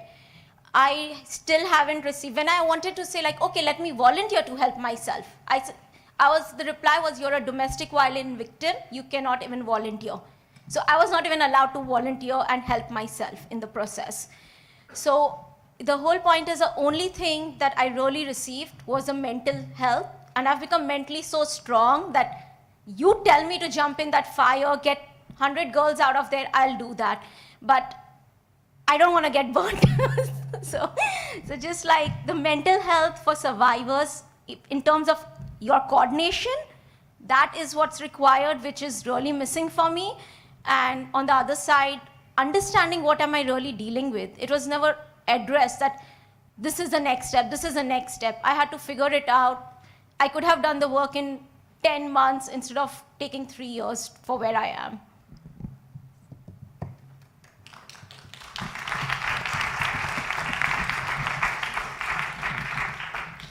Thank you. Who would like to start to address the question? Let me do it in 2 ways. Yes, Judge. I hear you. And I can say from a judicial perspective, you have to take that first step, but we truly want you to feel that someone is there for you each step of the way. Maybe we fell short, but by being able to call or being able to come in, going into a private room when you're waiting to go to the court, being escorted into the courtroom, knowing that you will have counsel represent you, knowing that if you are successful in getting that restraining order, you'll have protection for your children. You have the right then to have the court make sure that you have custody of your children, and that spouse or other parent who threatened you is going to deport you, and he'll have custody, or he's the wage earner, so he'll financially be able to do it. There are a myriad of things that are there for you through the court system.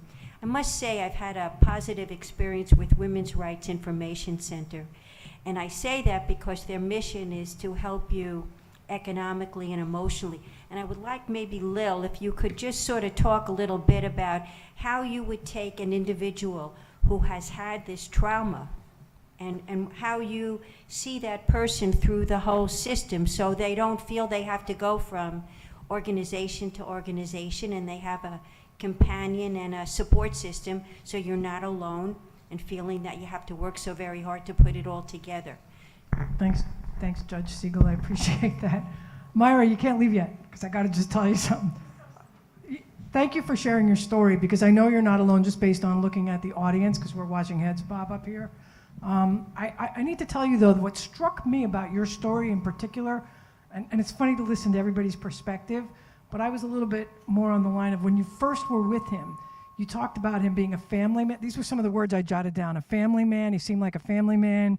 He was educated. I think you said he was well-spoken, loving, and kind. These were words you used to describe him when you first met him. And I wrote down, I always talk about these guys as being very charming, right? You didn't use the word charming, but I wrote charming and I underlined it, and then I listed some of the things that you said.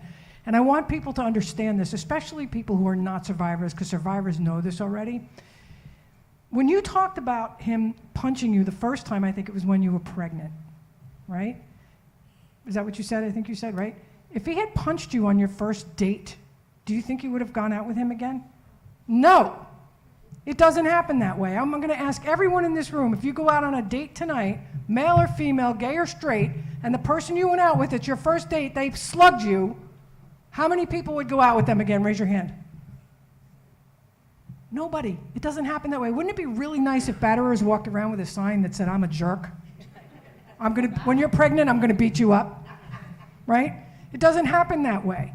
By the time you're hit, you're pregnant, which, by the way, is really important to understand. There's a high level of physical abuse and higher risks of assault and abuse during pregnancy, because these guys are so insecure, and I'm saying guys, but batterers are so insecure, they want all your attention, and now all of a sudden you might be thinking of something else, like what's in your belly, right?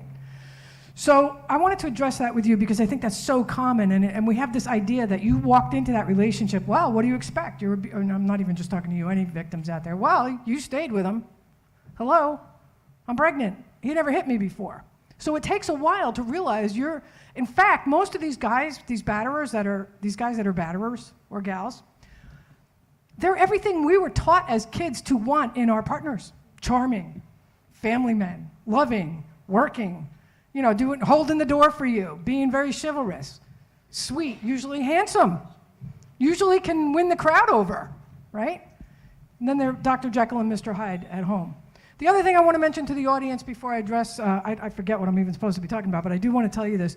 I want you to know about this resource, National Network to End Domestic Violence. You must look them up. They're NNENDV.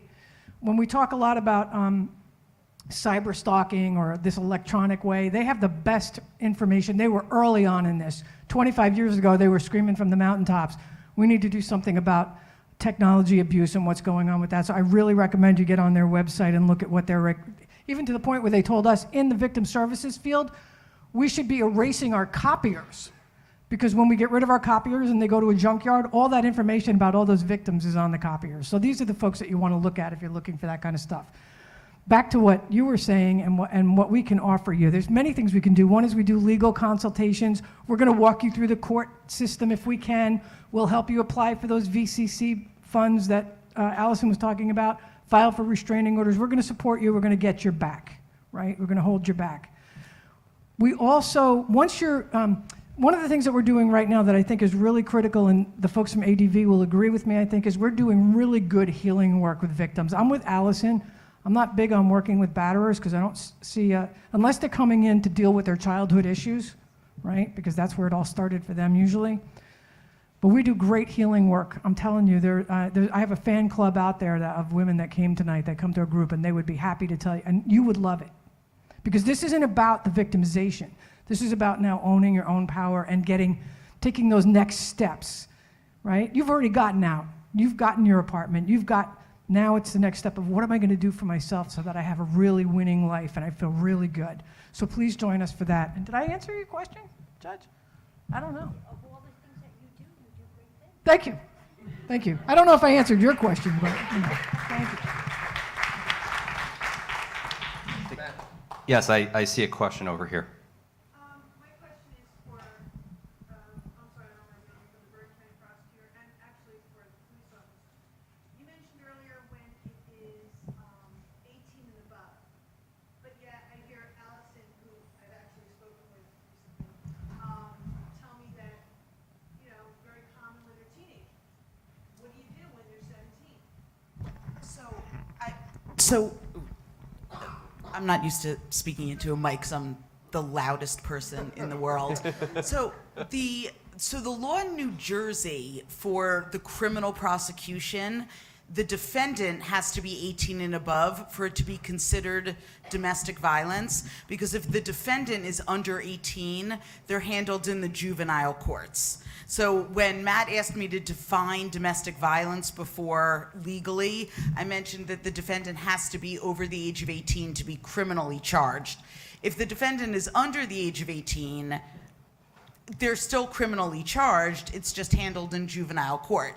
But dating violence, which is just intimate partner violence, but,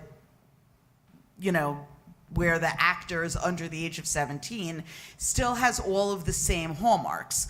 And the age of the victim doesn't matter legally in New Jersey, where the relationship is that they are in a dating relationship.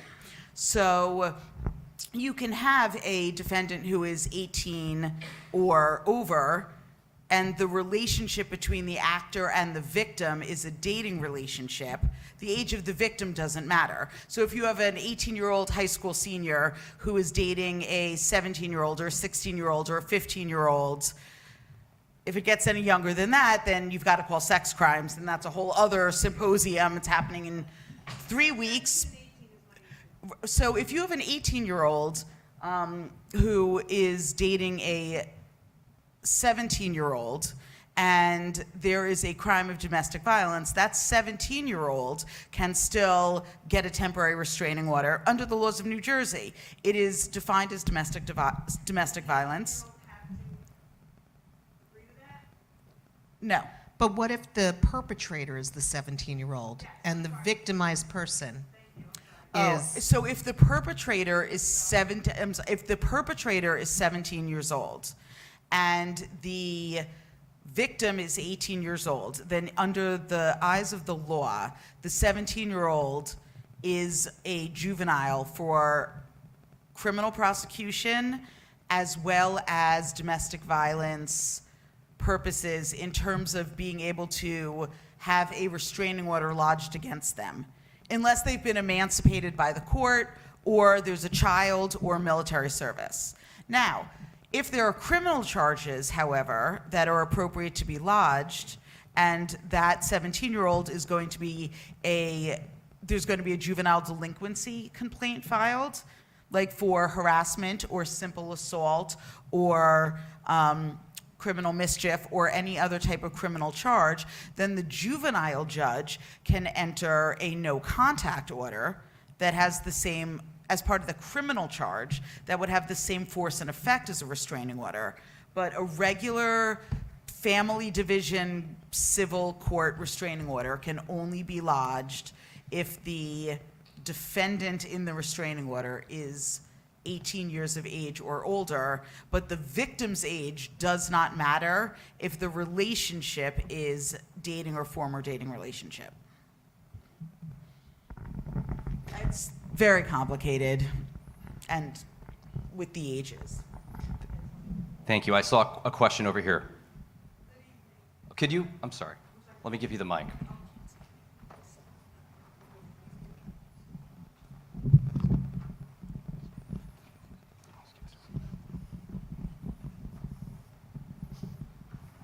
Thank you kindly. Good evening, everyone. I want to thank you for your coordinated response to domestic violence and coming out this evening. One of the things that stands out for me is being culturally responsive. And so you mentioned power and control. And so I wanted to talk about what efforts have you all have put into place to be more culturally responsive, because we know marginalized communities, the number is astronomical, right? And it's pervasive, and wanted to know what specifically is this county doing to be culturally responsive. So that's part one, right? And part two, I wanted to speak to law enforcement, right? We also know that marginalized communities often don't really report because of the relationship, the strained relationship with the law enforcement. And so how are you all taking that information and building efforts and practices to really encourage marginalized communities? In terms of my second question for law enforcement, we know that law enforcement officers also are heavily engaged in being offenders. And so although I encourage training, right? Training is wonderful. How do we actually get to the mindset when they are personally involved and invested in abuse of their family members? How do we support them outside of training just for them professionally, but personally, how do we get into the interpersonal relationships so that that doesn't in turn impact how they respond when they go out professionally? Does that make sense? I know it kind of.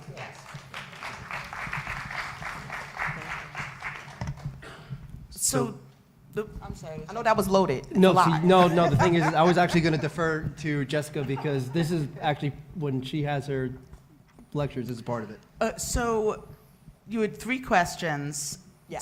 So the first question, your first question was, I think, about the marginalized communities. Yes?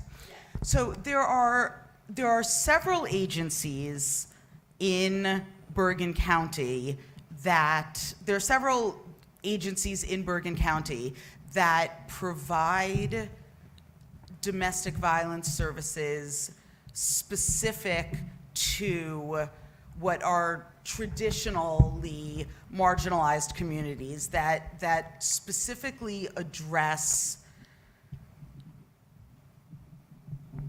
ethnic and cultural issues specific to communities. Like, for instance, in the Orthodox Jewish community, there is traditionally outside discussion outside of the community about things that are going on in the home is seen as sinful and not allowed, and secular divorces are not allowed. You cannot be divorced by a court, you can only be divorced by a rabbinical council. And there's a wonderful agency that provides domestic services specifically to Orthodox Jewish women that is very familiar with the cultural specifics of navigating that world. There are specific domestic violence agencies that are staffed with Spanish-speaking counselors or Korean-speaking counselors that not only speak the language of different ethnic, cultural, national origin groups, but that also can relate to what are some of the specific issues within those cultures, such as what are traditionally women's roles and men's roles, or things like distrust of law enforcement, or things that are distrust of the court system, or things that are more particularly seen as not talking about things outside of the community, or that are things that I might have that I might have learned because I took a class about in some boardroom, but can't really speak to from human experience.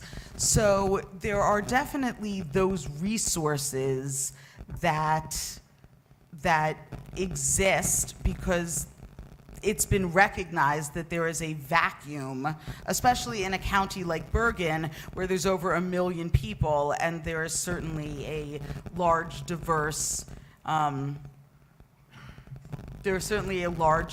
population. Now, as to your second question, or maybe it was your third question. Jess, before you even get to the second, can I just say, for speaking for a Partnership for Change, we get trained. So I've never been a black woman, an Asian woman, a Muslim woman. I don't want to claim to be on any level whatsoever. And so we have people come in from different agencies that train us. And what I have found, and we just did an LGBTQ+, because I don't want to claim to know things or give out information that I've not walked in your shoes. So the best that we do, I can only speak for our agency, which I'm sure many of the others are doing as well, is ask, so what has it been like for you? Can you teach me? So it's a learning process on both ends, because that's the only way we're going to learn if we're ever going to be more culturally diverse in supporting somebody who's being victimized. That's how a Partnership for Change does it. We get trained. Thank you. Matt, court system, and you probably read on the front page, at least of the Law Journal, oftentimes judges say such stupid or foolish or narrow-minded or ignorant things. Hopefully not a lot, but it occurs. And as a result of offenses, so to speak, we began training to respond to this lack of understanding and knowledge that unwittingly occurred. So I think that you've raised a good point. Hopefully, the education that we now as judges are required to attend makes us more sensitive to the issues that we raise. And I must say, it's a global society. And I was confronted with people from so many different cultures where in their country, some things were accepted. The mistreatment of women was sort of part of the process. Now they come to the United States and they're not permitted to do those things legally.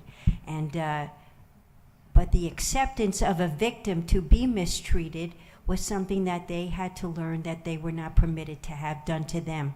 So I guess that was my take on what you said. I also have to jump in, and I want to be clear. We should have a topic just on this topic because it's a lot. But I will tell you this: the domestic violence is a white problem, and I don't want the question you asked to be construed as the way I sometimes feel like it can lean. It's a big problem in the white community. That said, how do we culturally handle folks that look or sound or act differently than we do? That's on us to figure out how we're going to do that. I'm not sure, that we'll ever totally get there, but we keep trying. But I don't want us to start getting into that other cultures, are more abusive, because it ain't true. It is not true. And in fact, I think racism and domestic violence are the same thing. It's who's got power and who's wielding it and it doesn't mean that a black person can't be a jerk to me. But that's not what we're talking about when we talk about racism, because we're talking about power and if it can be systemically misused. Domestic violence and racism are exactly the same process. So it's a whole topic in and of itself, I think, what you're talking about. So. Thank you. I just want to jump in. I just want to jump in quickly. This doesn't go quite to your question, but it did bring up something that I think is very important to say so that people know. Tonight, you've heard regarding the legal system about kind of two different systems. The first is you heard from Judge Siegel, Her Honor, talk about family court and where she sat and the cases that she heard. Also, Ms. Gombert's talking about the criminal system. I just want people to be aware that in order to go to family court to file for a temporary restraining order, you do not have to go to the police. You can, but you do not have to. You can, Judge Siegel mentioned earlier, you can call the courthouse. Yes, you can also go to law enforcement and they can help you go to family court and get a temporary restraining order. But if that is something that makes you feel uncomfortable for whatever reason, you do not have to go to the police in order to get help in family court.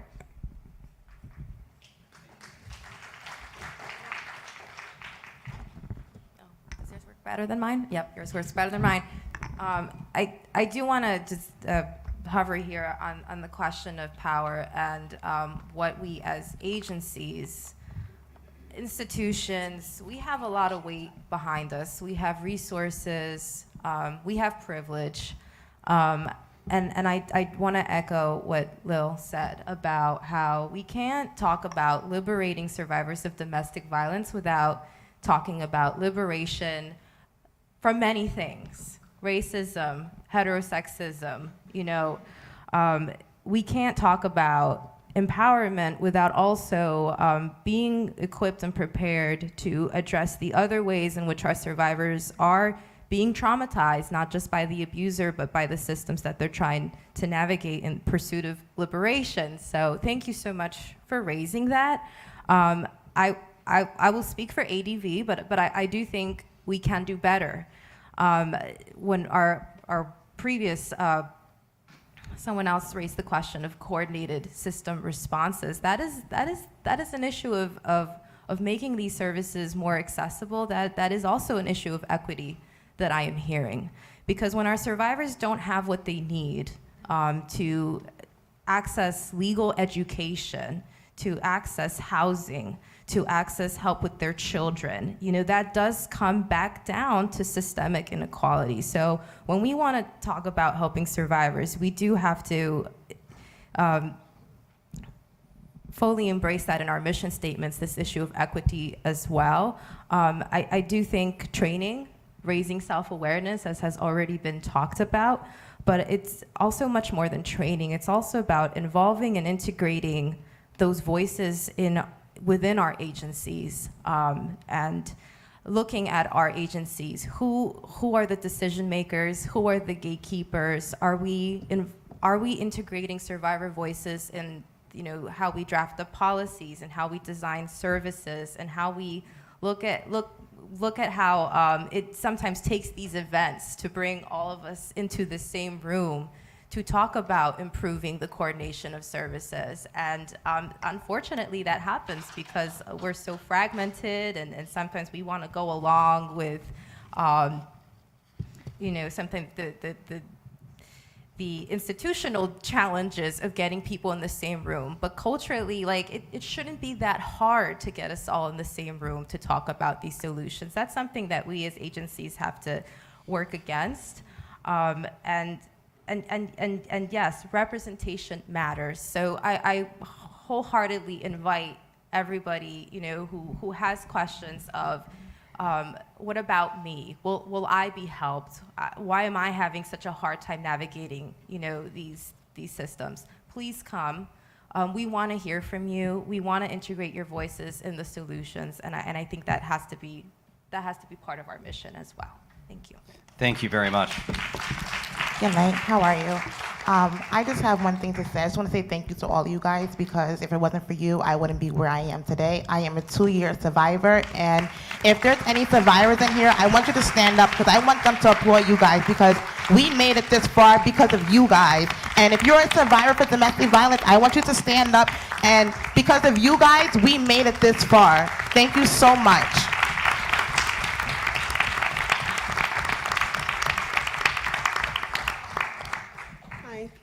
Thank you, everyone. What I wanted to, I guess, as a survivor or a victim, I like to consider myself a survivor at this point, after all the trauma I've been through and the healing I'm getting, the therapy. But I sometimes feel that we are also being abused by the court system again when we try to get justice for what we've been through. My question is this. As a victim, you are being represented by the state. You don't really get to speak when you go to court.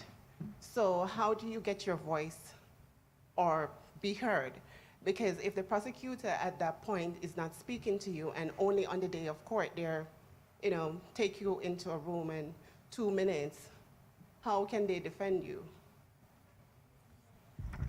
You know, municipal court is rough. It is. Municipal court,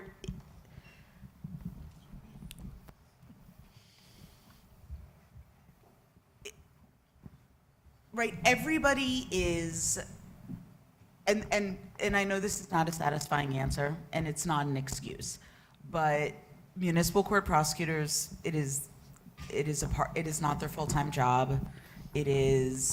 The municipal courts are crowded, their dockets are heavy, they have 100 cases on a night, there's traffic tickets, there's DWIs, I don't know, I've never been a municipal court prosecutor, and it's not an excuse, and they need to do better, and it is unfortunate that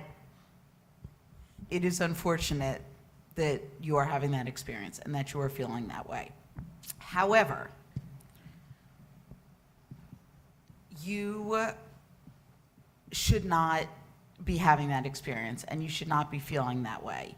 And I am fairly certain that several of these agencies' advocacy programs do not just go with you to Superior Court, they also will help you in municipal court.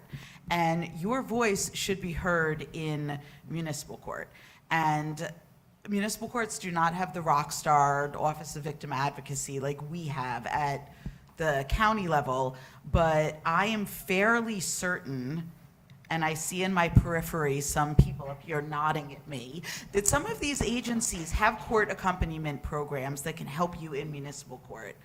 And it is not an excuse, but you should not be having that experience in municipal court. Because just because your case is in municipal court doesn't mean that it is any less important or less valuable. And, I am sorry that you are having that that experience. But you know, the police officers also can help to advocate for you, because just because you're not at the county level, there's a police officer that's involved in your case also in municipal court, right? There's a police officer that was involved at some point, because you are, you know, the truth of the criminal justice system, and again, this is the difference between the civil and the criminal, is that although you are the victim, the case is the state of New Jersey versus the defendant. And you are the witness for the prosecution, right? And so like the witnesses are you and the police officer, but the police officer is there to advocate for you also. But I bet you that these agencies have somebody who can help you advocate at the municipal court level as well. And if I could, I know I'm the moderator, but I'm going to jump in on this question. As an attorney in private practice representing domestic violence victims, I have handled several cases involving an abuser who files motion after motion after motion in frivolous fashion as a way of controlling a victim, as a way of further harassing and abusing the victim. And I tell my clients this: it's a grueling process. It's draining emotionally, physically, and psychologically. And it does further the abuse. But there are times when the victim prevails. Eventually, hopefully, a victim can get, for example, a counsel fee award from a judge who recognizes that it's a bad faith, frivolous motion, and perhaps even sanctions. So it should not be a victim's experience in our court system to have to deal with that. But it is unfortunately part of the process, and it's part of the grind of coming through the process. And in the end, there are times when it comes out on the right way. And before we go to one more question here, we have a remote question from somebody who's watching at home. And this question is for Ms. Craney to please speak specifically to technology abuse and whether or not it's a good idea or a bad idea. The person posing the question intimated it's a bad idea to do a factory reset on a phone and erase all evidence of abuse, when in fact, shouldn't people preserve evidence? Yes, that is a great question. Thank you to whoever posed it, and thank you to Matt. So I'm an attorney, and so my advice would be, it's a little more complicated than this, I'll get into it, but my advice would be no, don't do a factory reset to get rid of evidence. Well, we can, and I have litigated cases in family court with no evidence and have won. It is possible. But the more evidence that you have, the better it is. And I completely understand. You get a text message, you get some type of message over social media.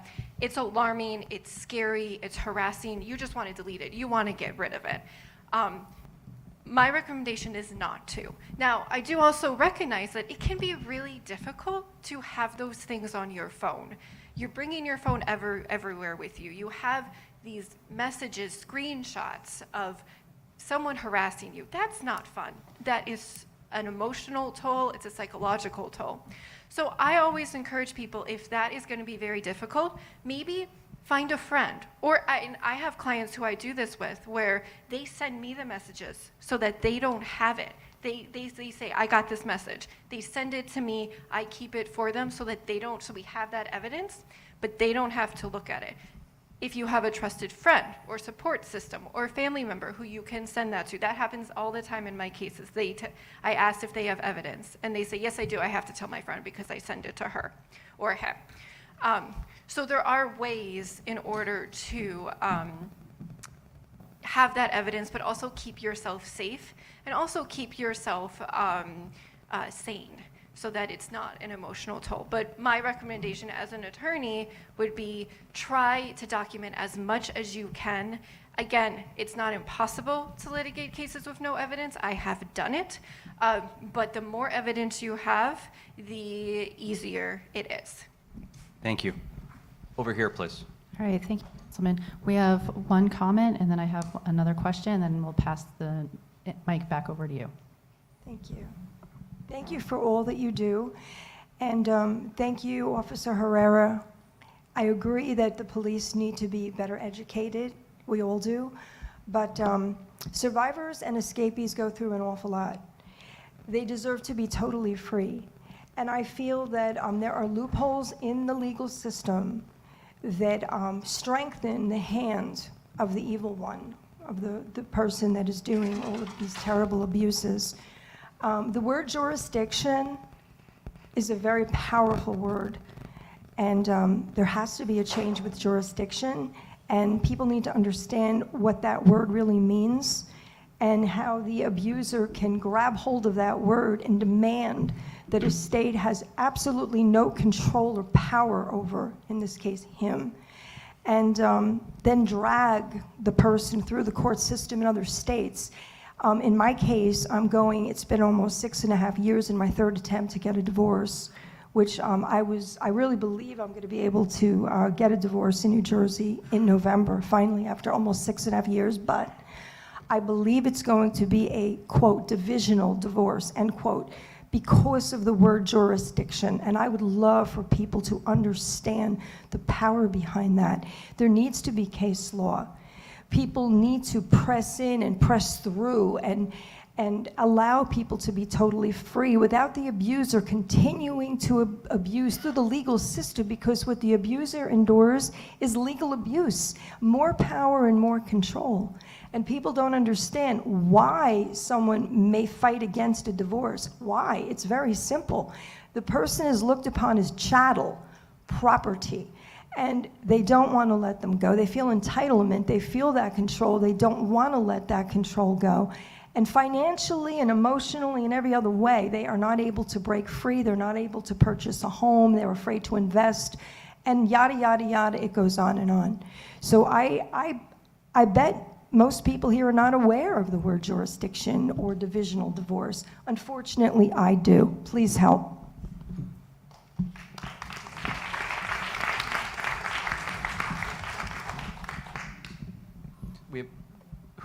Does anybody want to respond?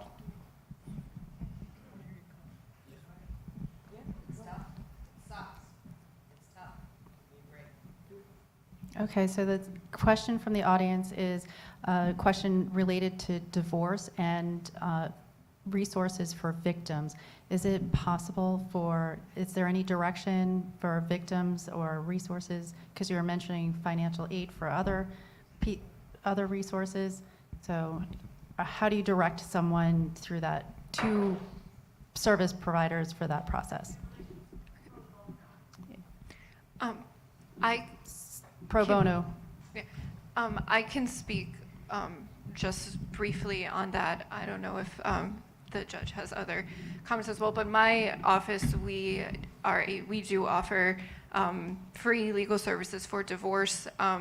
It really depends on the divorce. We have to speak with the individual, but if you contact our office, we do divorces. We also help with child custody, alimony, child support, all of those cases as well. And if we cannot help you, we will put you in touch with an attorney or get you resources where you can be aided. We also, if we cannot help you, we also do offer advice and counsel sessions as well. So we do in family court we do offer free divorce services. Thank you. We have time for one final question. Thank you. It piggybacks off of the technology piece. What if the communication is occurring through a court-ordered communication system like Our Family Wizard, and there is still tracked messages and everything through a court sort of mandated system, but yet nothing seems to change or stop when it's even through court-mandated technologies? Yeah, that's very, very tough. And I wish I had a more satisfactory answer than what I'm about to say. But if it's regardless of if it's through a court-ordered technology or however it is, if it's harassment, it's harassment. If it's stalking, it's stalking. If it is domestic violence, it's domestic violence. So if you can still go to the courts, you can still get aid through the legal system. And I know as I'm talking about this, want to recognize that, as has been discussed thoroughly tonight, it's not as easy as I am making it sound, but just for time's sake, you can go and file for a temporary restraining order, show a judge that this harassment, this stalking is still happening, and maybe something else needs to be done. Maybe that court order communication needs to stop. Maybe there needs to be some other creative resource that is done in order to make sure that you are safe. Because if it's domestic violence, regardless if it's court, it's communication that's court ordered or not, it still is domestic violence, and you still do not deserve to go through that, and you still deserve to be safe. Thank you. Let me just echo what was said. And I say from a judge's perspective, it's an abuse of the system. So Family Wizard is a wonderful opportunity to immediately communicate with your spouse, but to use it in an abusive way is a violation. It's an abuse. And so the first thing you have to do is go into the court and ask that it be terminated, meaning there's no need to use My Family Wizard if it's going to be used to abuse you, right? Unsuccessful, I guess. No reason not to keep trying, I have to say. Thank you, Judge. One more thing, Matthew. So victims have to be relentless. That's what I hear all the time when it comes to the legal system. No offense to all my legal friends on the panel here and law enforcement. It's an exhausting, relentless job, and it's not easy. And there's all these remediations that I don't want to say they don't work, but you have to be relentless to make them work. So hang in there. It's another reason why victims don't leave. It's easier sometimes to just put up with the jerk. I've always said, put them on their own special island and let them go Lord of the Flies on each other, right?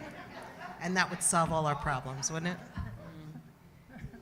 If there's one thing that we hope that everybody took from tonight's program, and every symposium that we do, is the fact that help is here, it's available, it's accessible, and these are professionals who care and want to help. But just as importantly, they're more than just professionals. They're people. They have families. They understand what it is to go through a crisis. They can relate to you.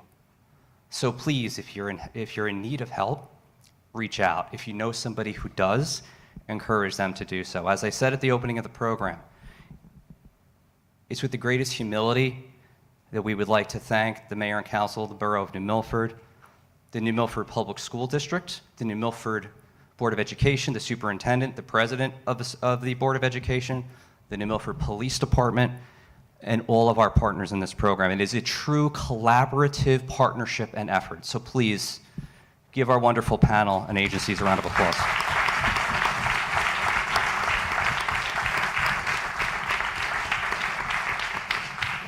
I'd also just like to thank our technical team, Dan Preet, who truly works magic with the live stream, Nell Urena, Matt Coachella, my fellow council member, Lisa Sanhusen, who assists me and is my partner in running and planning this program every year. We couldn't do this without such tremendous support. We also are fortunate, just so everyone understands the breadth of the effort that goes into these programs. We had Scott Graphics graciously print all of our literature for us. We had a former councilman, Peter Rebish, donate a flyer, a banner to promote tonight's program to further raise awareness. The New York Football Giants have been supporting and promoting this program all year. And Matt, thank you to you for always spearheading this and really just being the heart and soul behind this program. Thank you. So with that, I would just like to say thank you to all of you for coming and watching. It's because of you that we're here, and it's because of you that we're making a difference. Thank you, and good night.